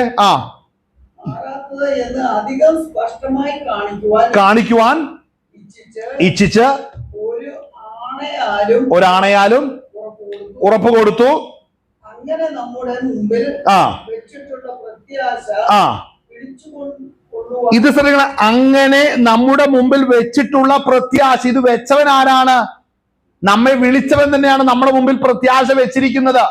നമ്മെ കർത്താവ് പ്രത്യാശയ്ക്കായി വിളിച്ചിട്ടുണ്ടെങ്കിൽ വിളിക്കപ്പെട്ടവന്റെ ഹൃദയത്തിലാണ് ദൈവം അഭിഷേകം പകരുന്നത്. അത് മാത്രമല്ല, അഭിഷേകം ഒരുവനിൽ പകർന്നിട്ടുണ്ടെങ്കിൽ അവനെ സ്വർഗത്തിൽ കൊണ്ടുപോകും എന്നുള്ളതിന്റെ ഉറപ്പാണത്. മനസ്സിലായോ? കർത്താവിന്റെ മുൻനിർണയം എന്ന് പറയുന്നത് ചെറിയ കാര്യമല്ല. നമ്മെ കർത്താവ് സീൽ ചെയ്തിരിക്കുവാണ്.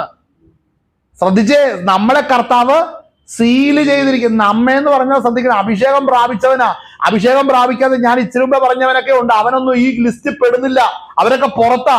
ഒരുപക്ഷെ അവന്റെ അപ്പനോ അമ്മയോ മക്കളോ സഹോദരങ്ങളോ ഭാര്യ ഭർത്താവൊക്കെ ആയിരിക്കും. പക്ഷേ ലിസ്റ്റും പ്രകാരം അങ്ങനെയുള്ളവർ പുറത്തായിരിക്കും.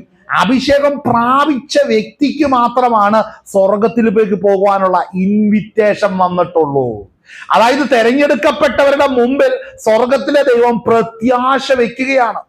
അതായത് സ്വർഗത്തിലെ സകല ആത്മീക നന്മകളും മുമ്പിൽ വെക്കുന്ന ആരുടെ മുമ്പിലാണെന്നറിയാമോ?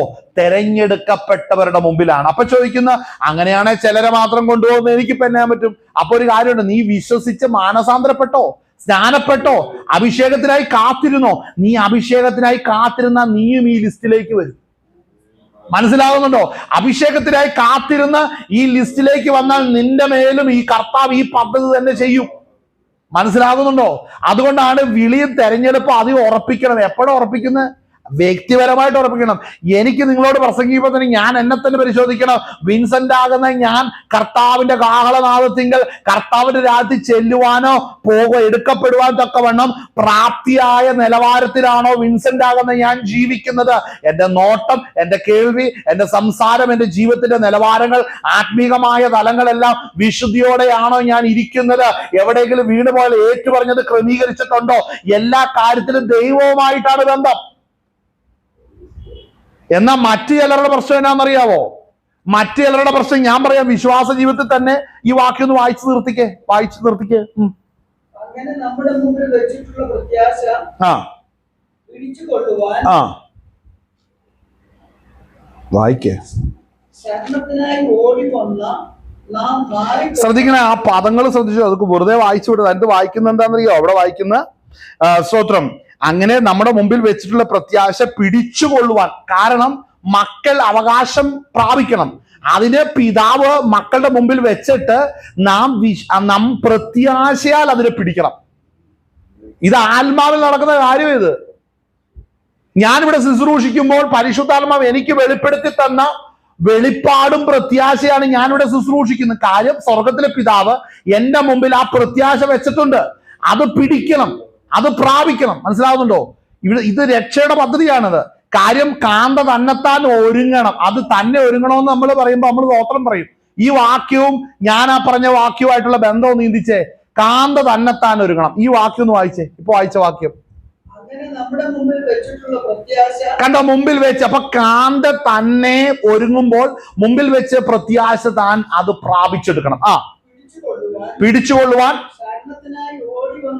ശരണത്തിനായി. അപ്പോ ഇതൊരു ഓട്ടമാണിത്. മനസ്സിലാവുന്നുണ്ട്? എബ്രായ ലേഖനത്തിന്റെ അതിന് ഓട്ടക്കാരനെ നമ്മൾ കാണാൻ സാധിക്കും. ഓടുന്ന ഒരു ഭക്തനെ കാണാൻ സാധിക്കും.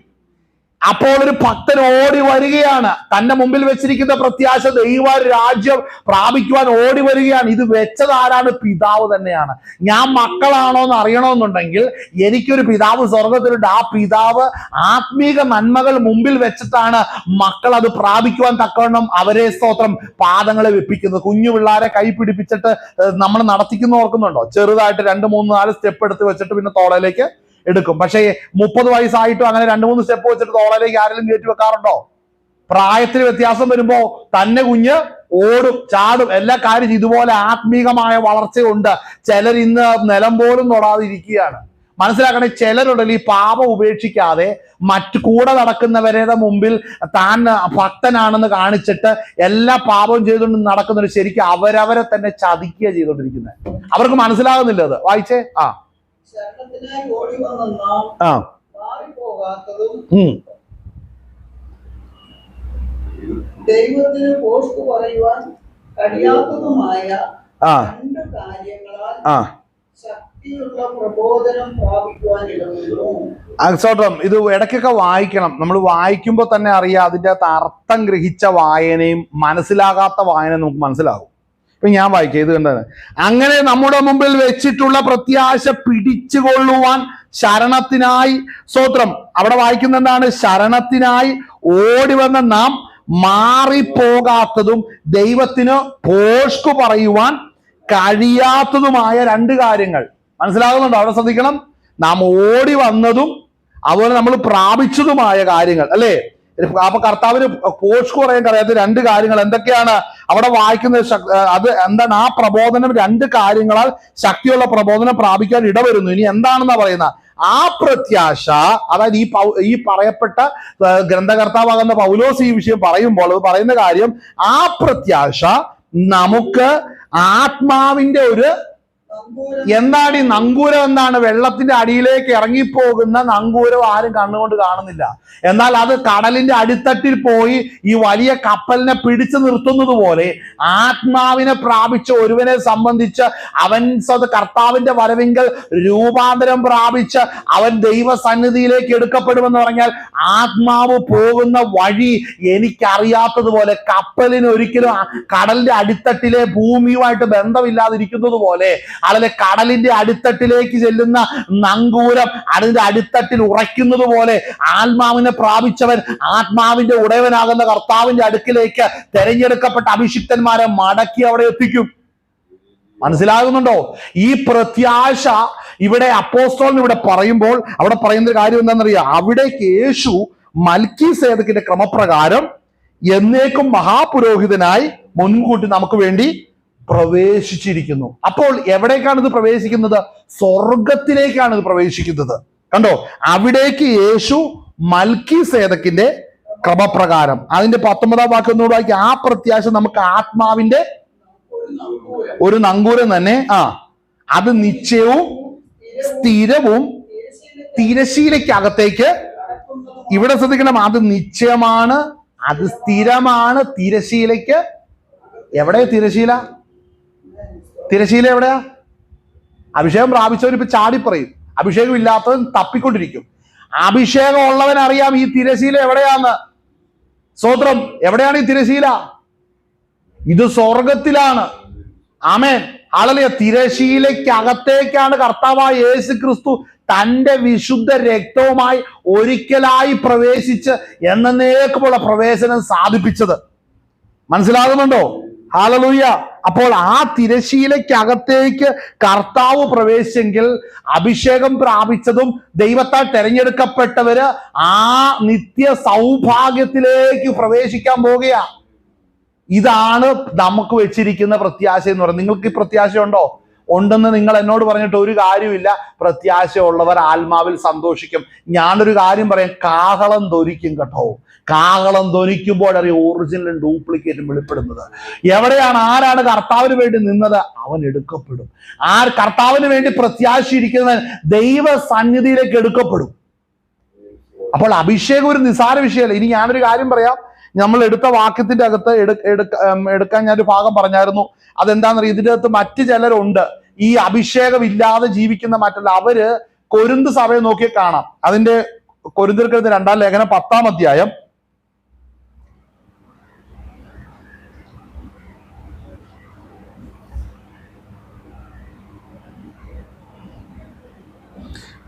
അതിന്റെ 11-ാം വാക്യം ഒന്ന് വായിച്ചേ. 2 കൊരിന്ത്യർ 10:11. അകലെയിരിക്കുമ്പോൾ ഞങ്ങൾ ലേഖനങ്ങളാൽ വാക്കിൽ എങ്ങനെയുള്ളവരോ, അരികത്തിരിക്കുമ്പോൾ പ്രവൃത്തിയിലും അങ്ങനെ ഉള്ളവർ തന്നെ. അടുത്ത വാക്യം, തങ്ങളെ തന്നെ ശ്ലാഘിക്കുന്ന ചിലരോട്. ഇവിടെ തങ്ങളെ തന്നെ ശ്ലാഘിക്കുന്ന ചിലരോട്.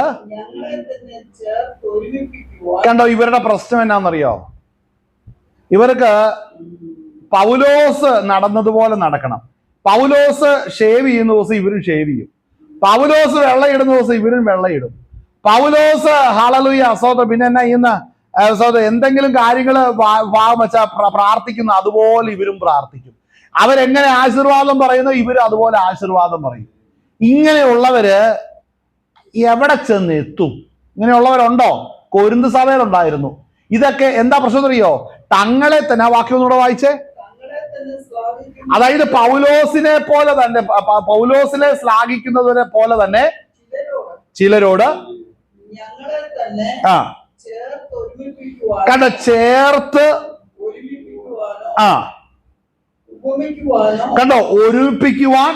ഉപമിക്ക് എന്ത് പറഞ്ഞാലും അവരെ പോലെ ഞാനാണെങ്കിൽ സ്വർഗത്തിൽ പോക്കോളും. ശ്രദ്ധിക്കുക, അത് വലിയ പ്രശ്നമാണ്. അവരെ പോലെ എല്ലാം അഡോപ്റ്റ് ചെയ്തുകൊണ്ടിരിക്കുക. അതാണ് ഈ അഭിഷേകം ഇല്ലാത്തതിന്റെ തെളിവാണ്. അടുത്തിരിക്കുന്ന പാസ്റ്റർ പോകുന്ന പോലെ പോവുക. പാസ്റ്ററുടെ ബാഗ് ഏത് ബ്രാൻഡാ, ഇവനും അതേ ബ്രാൻഡ്. ആ പാസ്റ്റർ ഏത് ചെരുപ്പ, ഇവനും അതേ ചെരുപ്പ. പാസ്റ്റർ എങ്ങനെ പ്രാർത്ഥിച്ചു തുടങ്ങുന്നത്, ഇവനും അതുപോലെ തന്നെ. എന്തൊക്കെ അങ്ങേര് ചെയ്യുന്നോ അത് തന്നെ ഇവനും ചെയ്യും. കാര്യം അകത്ത് നടത്തേണ്ട അഭിഷേകമില്ലെന്ന്. ഈ വാക്യം വായിക്കണേ. അതിനു മുമ്പ് മറ്റൊരു ഭാഗം എടുക്കണം. നമുക്ക് യോഹന്നാൻ എഴുതിയ ലേഖനം, 1-ാം ലേഖനം എടുത്തേ.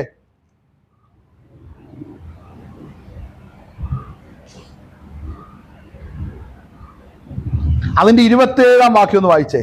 2:27.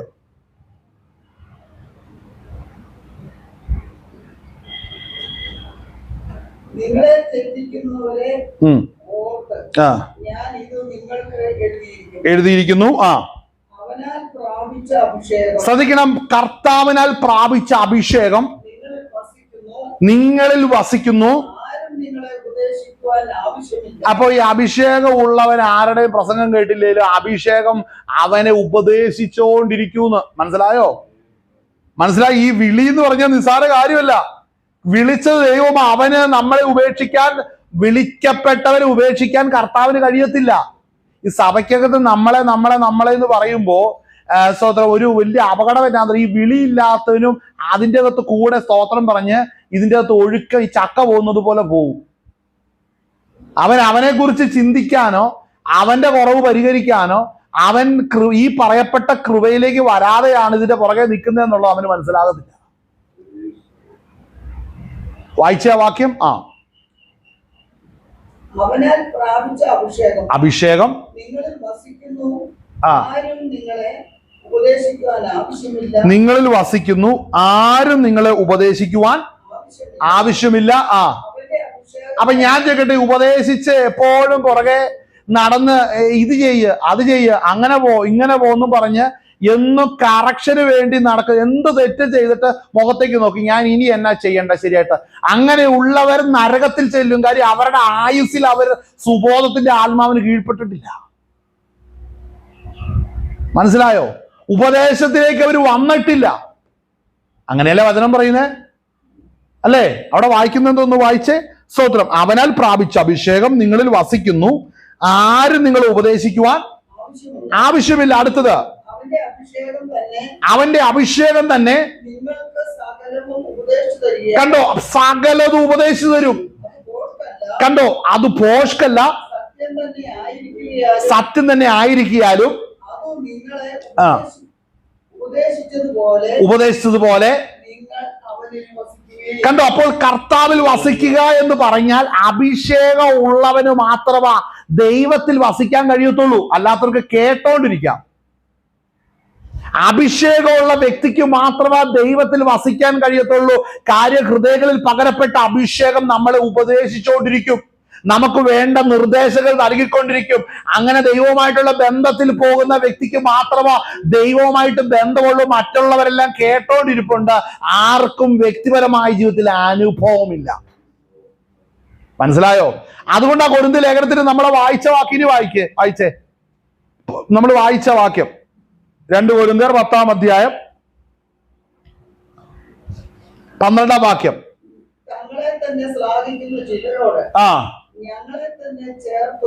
കണ്ടോ, തങ്ങളെ തന്നെ ശ്ലാഘിക്കുന്ന ചിലരോട് ഞങ്ങളെ തന്നെ ചേർത്ത് ഒരുമിക്കുവാനോ ഉപമിക്കുവാനോ. കണ്ടോ, അഭിഷേകമില്ലാത്തതിന്റെ ലക്ഷണമാണിത്. അഭിഷേകമില്ല. അഭിഷേകം ഉണ്ടെങ്കിൽ അവനിൽ ഇരിക്കുന്ന അഭിഷേകം അവന് ഉപദേശിക്കില്ലേ? നീ ആരെങ്കിലും ഇമിറ്റേറ്റ് ചെയ്യേണ്ട കാര്യമുണ്ടോ? പറഞ്ഞ് ഇമിറ്റേറ്റ് ചെയ്യേണ്ട കാര്യമില്ല. പണ്ടൊരാൾ ഇമിറ്റേറ്റ് ചെയ്ത് കൂടെ പോയി. ആരാന്നറിയാവോ? ഏലീശ. എന്റെ ഭാഷയിലാണ് പറയുന്നത്. ഏലീശ പോകുന്നിടത്തെല്ലാം, ഏലിയ പോകുന്നിടത്തെല്ലാം പോയി. പക്ഷെ അത് നല്ല തീരുമാനമായിരുന്നു. അവസാന അഭിഷേകം പ്രാപിച്ചു. അല്ലേ? ഇരട്ടി പങ്ക് പ്രാപിച്ചു താൻ മടങ്ങി വന്നു. മനസ്സിലാക്കണം. അപ്പോഴും ആ ശക്തി പ്രാപിക്കാനാണ് നമ്മൾ ഇങ്ങനെയൊക്കെ ചെയ്യുന്നതെങ്കിൽ കുഴപ്പമില്ല. പക്ഷെ ചിലര് എന്നും ആയുഷ്കാലം മുഴുവൻ ചിലരെ ഇങ്ങനെ ഉപമിച്ചും ചിലരെ ഒരുമിപ്പിച്ചൊക്കെ നിൽക്കുന്നതല്ലാതെ അഭിഷേകത്തിന്റെ നിറവിലേക്ക് വരത്തില്ല. മനസ്സിലായോ? ഇപ്പൊ ഞാൻ വിചാരിച്ചാൽ നിങ്ങളിൽ അഭിഷേകം പകരാൻ പറ്റുമോ? ഒരിക്കലും ഇല്ല. കാര്യം ഒരുവൻ തന്നെത്താൻ തേച്ച് ക്രിസ്തുവിന്റെ അടുക്കലേക്ക് ചെല്ലണം. അത് ആര് ചെല്ലുന്നോ അവൻ പ്രാപിക്കും. അല്ലാതെ നമ്മൾ ഈ ചില സ്ഥാനമാനങ്ങളിലൊക്കെ ഇരുന്നവര് കർത്താവിലേക്ക് വരുമ്പോ ഒരു വിഷയം എന്താ, ഈ കൈക്കൂലിയും സ്വജനപക്ഷപാതവും സമ്മർദ്ദവും ഒക്കെ ആയിട്ടൊക്കെ കണ്ടും കേട്ടും പോകുന്നവർക്ക് കർത്താവിന്റെ മുമ്പിൽ വരുമ്പോഴും മറ്റുള്ളവരുടെ പരപ്രേരണയാലും എനിക്ക് സ്വർഗത്തിൽ പോകാമെന്നുള്ളൊരു ചിന്ത അകത്ത് കയറും. മനസ്സിലാകുന്നുണ്ടോ? ഇല്ലേ? അങ്ങനെയുള്ള ചിന്ത കയറും. കാര്യം ചിലരെ കൊണ്ട് പ്രഷർ ചെയ്യിപ്പിച്ച് കാര്യം പറഞ്ഞാൽ നടക്കും എന്നുള്ള രീതിയിൽ അവർ ദൈവസന്നിധിയിൽ ഇരുന്ന് ഉറങ്ങും. ഇന്നല്ലേ നാളെ, ചിലപ്പോൾ ഇന്ന് സുഖമില്ലാത്ത നാളെ ആയിരിക്കും പറയുന്നത് വിചാരിച്ചോണ്ടിരിക്കും. മനസ്സിലാവുന്നുണ്ടോ? ചിലർ അങ്ങനെയാണ്. ചിലർ സർക്കാർ ഓഫീസിൽ ഇരിക്കുന്നത് പോലെ ദൈവസന്നിധിയിലും ഇരിക്കും. ഇന്നല്ലേ നാളെ ശരിയാവുന്നു. പക്ഷേ മനസ്സിലാക്കണം, അഭിഷേകം ഇല്ലാത്തതിന്റെ അടയാളമാണ് നമ്മളിപ്പോ വായിച്ച വാക്യം. എന്താ? അവർക്ക് അവരുടെ മുമ്പിൽ അഭിഷേകത്തിന്റെ നിറവിൽ നിൽക്കുന്ന ദൈവത്താൽ തെരഞ്ഞെടുക്കപ്പെട്ട അഭിഷിക്തന്മാരെ നോക്കിക്കൊണ്ട് അവരെ പോലെ നടക്കുക, അവരെ പോലെ പ്രസംഗിക്കുക, അവരെ പോലെ പാടുക, അവരെ പോലെ സ്തോത്രം പറയുക, അവരിട്ടിരിക്കുന്ന ഉടുപ്പിന്റെ സെയിം ക്വാളിറ്റി, ഇട്ടിരിക്കുന്ന ചെരുപ്പ്, ഇട്ടിരിക്കുന്ന കാര്യങ്ങള്, ആ രീതികളെല്ലാം അഡോപ്റ്റ് ചെയ്തുകൊണ്ടിരിക്കുന്നതൊന്നോ ദൈവത്തിന്റെ ആത്മാവിൽ നടത്തപ്പെടുന്നതിന് തുല്യമല്ല. കാര്യം അഭിഷേകം അകത്തുണ്ടെങ്കിൽ പരിശുദ്ധാത്മാവ് ഉപദേശിക്കും നീ എങ്ങനെ ജീവിക്കണം, നിന്റെ ജീവിതത്തിൽ ഓരോ കാര്യങ്ങൾ ഏത് വിധത്തിൽ വേണമെന്ന് പരിശുദ്ധാത്മാവ് ഉപദേശിച്ചു തരും. പക്ഷെ അതിന് കീഴ്പ്പെടണമെന്നുണ്ടെങ്കിൽ ആ കൃപയിൽ നിൽക്കുന്നവർക്ക് മാത്രമേ അത് പറ്റത്തുള്ളൂ. ആമേൻ. വായിച്ച ഭാഗം വായിച്ചു നിർത്താം. ഞങ്ങളെ തന്നെ ശ്ലാഘിക്കുന്ന ചിലരോട് ചേർത്തൊരുമിക്കുവാനോ ഉപമിക്കുവാനോ തുനിയുന്നില്ല. തങ്ങളാൽ തന്നെ തങ്ങളെ കണ്ടോ, ഇതാണ് വിഷയം. ഇവർക്ക് ഇങ്ങനെ അളന്നോണ്ടിരിക്കുക കുറെ വർഷമായില്ലേ. എന്താ ഈ അളക്കുന്ന സ്വഭാവം? മനസ്സിലായോ? ഇത് അവർക്ക് എന്താ പ്രശ്നം എന്ന് വായിച്ചേ.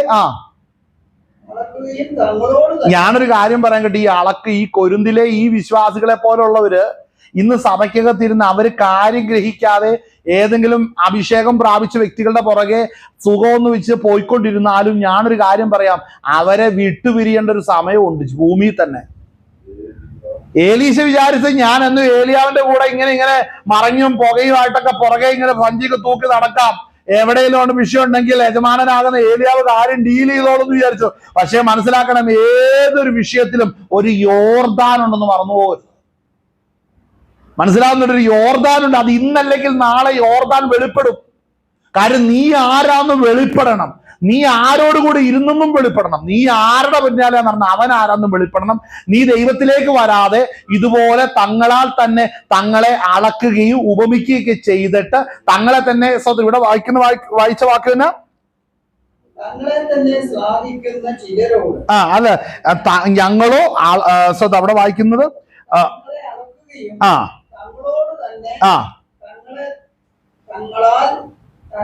ഞങ്ങളെ അളക്കുകയും ഞങ്ങളോട് തന്നെ ഞങ്ങളെ ഉപമിക്കുകയും ചെയ്യുന്നവരെ കൊണ്ട് തിരിച്ചറിവുള്ളവരല്ല. കണ്ടോ, എന്താ അവര് തിരിച്ചറിവുള്ളവരല്ല.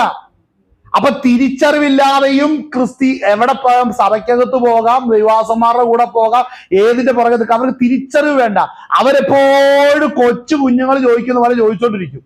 കൊച്ചു കുഞ്ഞുങ്ങള് ഞാൻ അപ്പച്ച ഞാൻ തിന്നണോ, ഞാൻ പോണോ, നിക്കണോ, എന്നിട്ട് ഇവരിവിടെ ഇരിക്കും കേൾക്കാൻ. കാര്യം അവർക്ക് തിരിച്ചറിവില്ല, അവർ രക്ഷിക്കപ്പെട്ടിട്ടില്ല.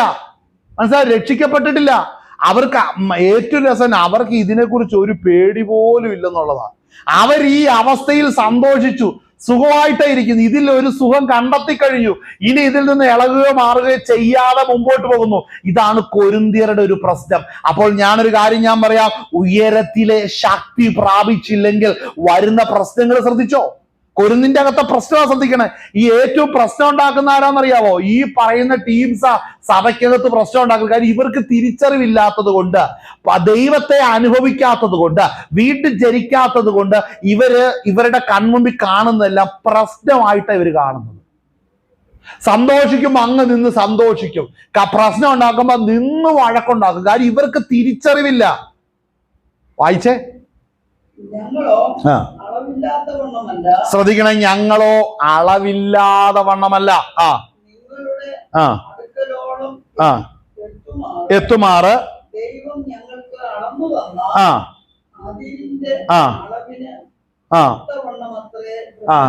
അതായത് അഭിഷേകം പ്രാപിച്ച ഒരു വ്യക്തി അവനിൽ പകർന്നിരിക്കുന്ന അഭിഷേകത്തിൽ അവൻ പ്രാപിച്ച കൃപയ്ക്കൊത്തവണ്ണമാണ് സംസാരിക്കുന്നതും പ്രവർത്തിക്കുന്നതും വെളിപ്പെടുത്തുന്നതും നടക്കുന്നതും.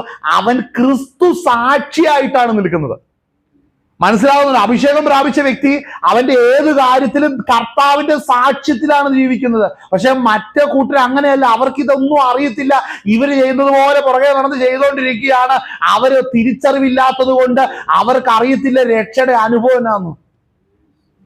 ഇങ്ങനെയുള്ളവരുണ്ട്. എത്ര പേരുണ്ടെന്നറിയാവോ? അറിയത്തില്ല. അവർക്ക് അഭിഷേകം, അവർ ക്രിസ്തുവിൽ വസിച്ചിട്ടില്ല, അതുകൊണ്ട് അവർക്ക് അറിയത്തില്ല. ആമേൻ. യോഹന്നാൻ നമ്മൾ വായിച്ച 1 യോഹന്നാൻ 2-ാം അധ്യായത്തിൽ വായിക്കുന്നത്, അവനാൽ പ്രാപിച്ച അഭിഷേകം നിങ്ങളിൽ വസിക്കുന്നു, ആരും നിങ്ങളെ ഉപദേശിക്കുവാൻ ആവശ്യമില്ല. അവന്റെ അഭിഷേകം തന്നെ നിങ്ങൾക്ക് സകലവും ഉപദേശിച്ചു തരികയാലും അത് പോഷ്കല്ല, സത്യം തന്നെ ആയിരിക്കാലും അത് നിങ്ങളെ ഉപദേശിച്ചതുപോലെ നിങ്ങൾ അവനിൽ വസിക്കുവിൻ. അപ്പോൾ മനസ്സിലാക്കണം, അഭിഷേകമുള്ള ഒരു വ്യക്തിക്ക് ദൈവത്തിന്റെ ആത്മാവ് സംസാരിക്കുമ്പോൾ അവൻ അതിൽ തൃപ്തിയും ആശ്വാസവും വിശ്വാസവും വർദ്ധിച്ചുകൊണ്ടിരിക്കും. അതാണ് അഭിഷേകമുള്ളവരും ഇല്ലാത്ത വ്യത്യാസം. അഭിഷേകമുള്ളവന്റെ ജീവിതത്തിൽ ദൈവം ചില കാര്യങ്ങൾ ചെയ്യുമ്പോൾ അവന്റെ വിശ്വാസം വർദ്ധിച്ചുകൊണ്ടിരിക്കും. ജീവിതത്തിൽ മഹത്വം കാണും, പല വീര്യപ്രവർത്തികൾ കാണും. പക്ഷെ പുറകെ നടക്കുന്ന ആളുകളെ മനസ്സിലാക്കണം, അബ്രഹാമിന്റെ പുറകെ നടന്ന ലോത്ത് കുറെ നടന്നു മടങ്ങി പോകേണ്ടി വന്നു. ആളുകൾ ഏലിയാവിന്റെ കൂടെ നിന്ന് ഏലീസയും യോർദാൻ വന്നപ്പോ വിട്ടുമാറേണ്ടി വന്നു. ശ്രദ്ധിക്കണം, എല്ലാ കാലത്തും ദൈവം ഇങ്ങനെ പുറകെ നടക്കാൻ അനുവദിക്കത്തില്ല. ഇന്നൊരു ദൂതാണ്, മനസ്സിലാക്കണം. കാര്യം ചില വാതിലുകൾ അടഞ്ഞു കിടക്കുകയാണ്. ഇതാണ് നമ്മുടെ പ്രസംഗത്തിന്റെ ആധികാരികമായ വിഷയം. ഇതായിരുന്നു, വാതിൽ അടഞ്ഞു കിടക്കുകയാണ്. എന്നാൽ ഉയരത്തിലെ ശക്തി വന്നപ്പോൾ, അല്ലേ, അവരുടെ അവസ്ഥകൾ ദൈവം മാറ്റി. നമ്മൾ ആ ഭാഗത്തേക്ക് എടുത്ത് അതിനകത്ത് എന്നോട് ഇടപെട്ട ആ ഒരു വാക്യോട് വായിച്ച് നമുക്ക് അവസാനിപ്പിക്കാം. നമ്മൾ അപ്പോസ്തല പ്രവൃത്തി 1-ാം അധ്യായം നമ്മൾ കാണുമ്പോൾ, 1-ഉം 2-ഉം അധ്യായം നമ്മൾ കാണുമ്പോൾ ഞാൻ പറഞ്ഞത്, ഇവര് ഭയപ്പെട്ടിട്ട്, യഹൂദന്മാരെ ഭയപ്പെട്ടിട്ട് ഇവര് വാതിലടച്ചേക്കുക. അതുകൊണ്ട് ആര് പുറത്തുള്ള ഒരു ജനവുമായിട്ടുള്ള ഒരു സംസർഗവും ഇല്ല, കോണ്ടാക്ട് ഇല്ല. 2-3 ആവർത്തി കർത്താവിന്റെ പ്രസൻസിൽ തന്നെ അവര് ഭയപ്പെട്ട് അവര് പുറത്തേക്ക് മാറി നിൽക്കുകയാണ്. അവിടെ മനസ്സിലാക്കണം, ഇവർ ഇരട്ടി ശക്തി പ്രാപിച്ചു, ഇല്ലേ? 2-ാം അധ്യായം നമ്മൾ വായിക്കുമ്പോൾ അവിടെ വായിക്കുന്നത് അതിന്റെ 5-ാം വാക്യം, അന്ന് ആകാശത്തിൽ സകല ജാതികളിൽ നിന്നും യെരൂശലേമിൽ വന്നു പാർക്കുന്ന യഹൂദന്മാരായ ഭക്തിയുള്ള പുരുഷന്മാരുണ്ടായിരുന്നു. 6-ാം വാക്യം, ഈ മുഴക്കം ഉണ്ടായപ്പോൾ വന്നുകൂടി കേട്ട്. ശ്രദ്ധിക്കണം, വന്ന ജനം ഈ കാര്യം കേട്ട് അതിശയപ്പെട്ട് നിൽക്കുക. നമുക്ക് ചരിത്രം അറിയാം, എന്നാൽ എന്റെ ഉള്ളത്തിൽ ഇടപെട്ട വാക്യം ഏതാണെന്നറിയാവോ? അതിന്റെ തൊട്ട് താഴെ വായിക്കുമ്പോൾ അതിന്റെ 11-ാം വാക്യം മുതൽ വായിച്ചേ. അറബിക്കാരായ നാം ഈ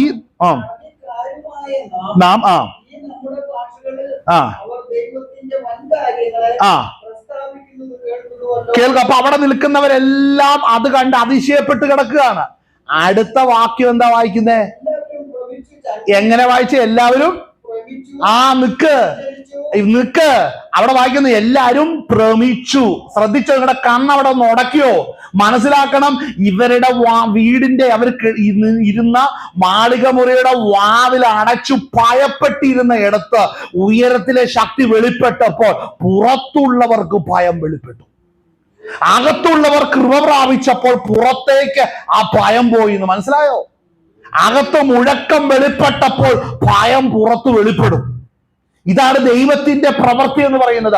അഭിഷേകത്തിന്റെ ശക്തി പ്രാപിച്ചു കഴിയുമ്പോൾ, നീ ഉപയോഗിക്കപ്പെടുമ്പോൾ, ഏതൊക്കെ മേഖലകളിൽ അടയപ്പെട്ട വാതിലുകളുണ്ടോ ആ വാതിലുകൾ തുറക്കപ്പെടും. ഉയരത്തിലെ ശക്തിയാൽ തുറക്കപ്പെടും. ഭയപ്പെടുത്തുമെന്ന് പറഞ്ഞവൻ പരിഭ്രമത്തിലേക്ക് ദൈവത്തിന്റെ കരം ചലിച്ചത് അങ്ങനെ സംഭവിക്കാനിടയായി തീരും. അപ്പോൾ ദൈവത്തിന് അസാധ്യമായത് ഒന്നുമില്ല. അപ്പൊ കർത്താവ് ആർക്ക് വേണ്ടിയാ ചെയ്യുന്നത്? തെരഞ്ഞെടുക്കപ്പെട്ടവർക്ക് വേണ്ടിയാണ് തന്റെ ചരിത്രങ്ങളെ ദൈവം വഴിതിരിക്കുന്നത്. അതുകൊണ്ട് ഇന്ന് പകൽ നേരം ഈ വചനങ്ങളാൽ സ്വർഗ്ഗം നിങ്ങളെ ബലപ്പെടുത്തുമാറാകട്ടെ. നമ്മുടെ കണ്ണുകൾ അടയ്ക്കാം, നമുക്ക് പ്രാർത്ഥിക്കാം. ദൈവാത്മാവിന്റെ വലിയ പ്രവൃത്തി ഇന്ന് പകൽ നേരം നമ്മുടെ നടുവിലുണ്ടായിരുന്നു.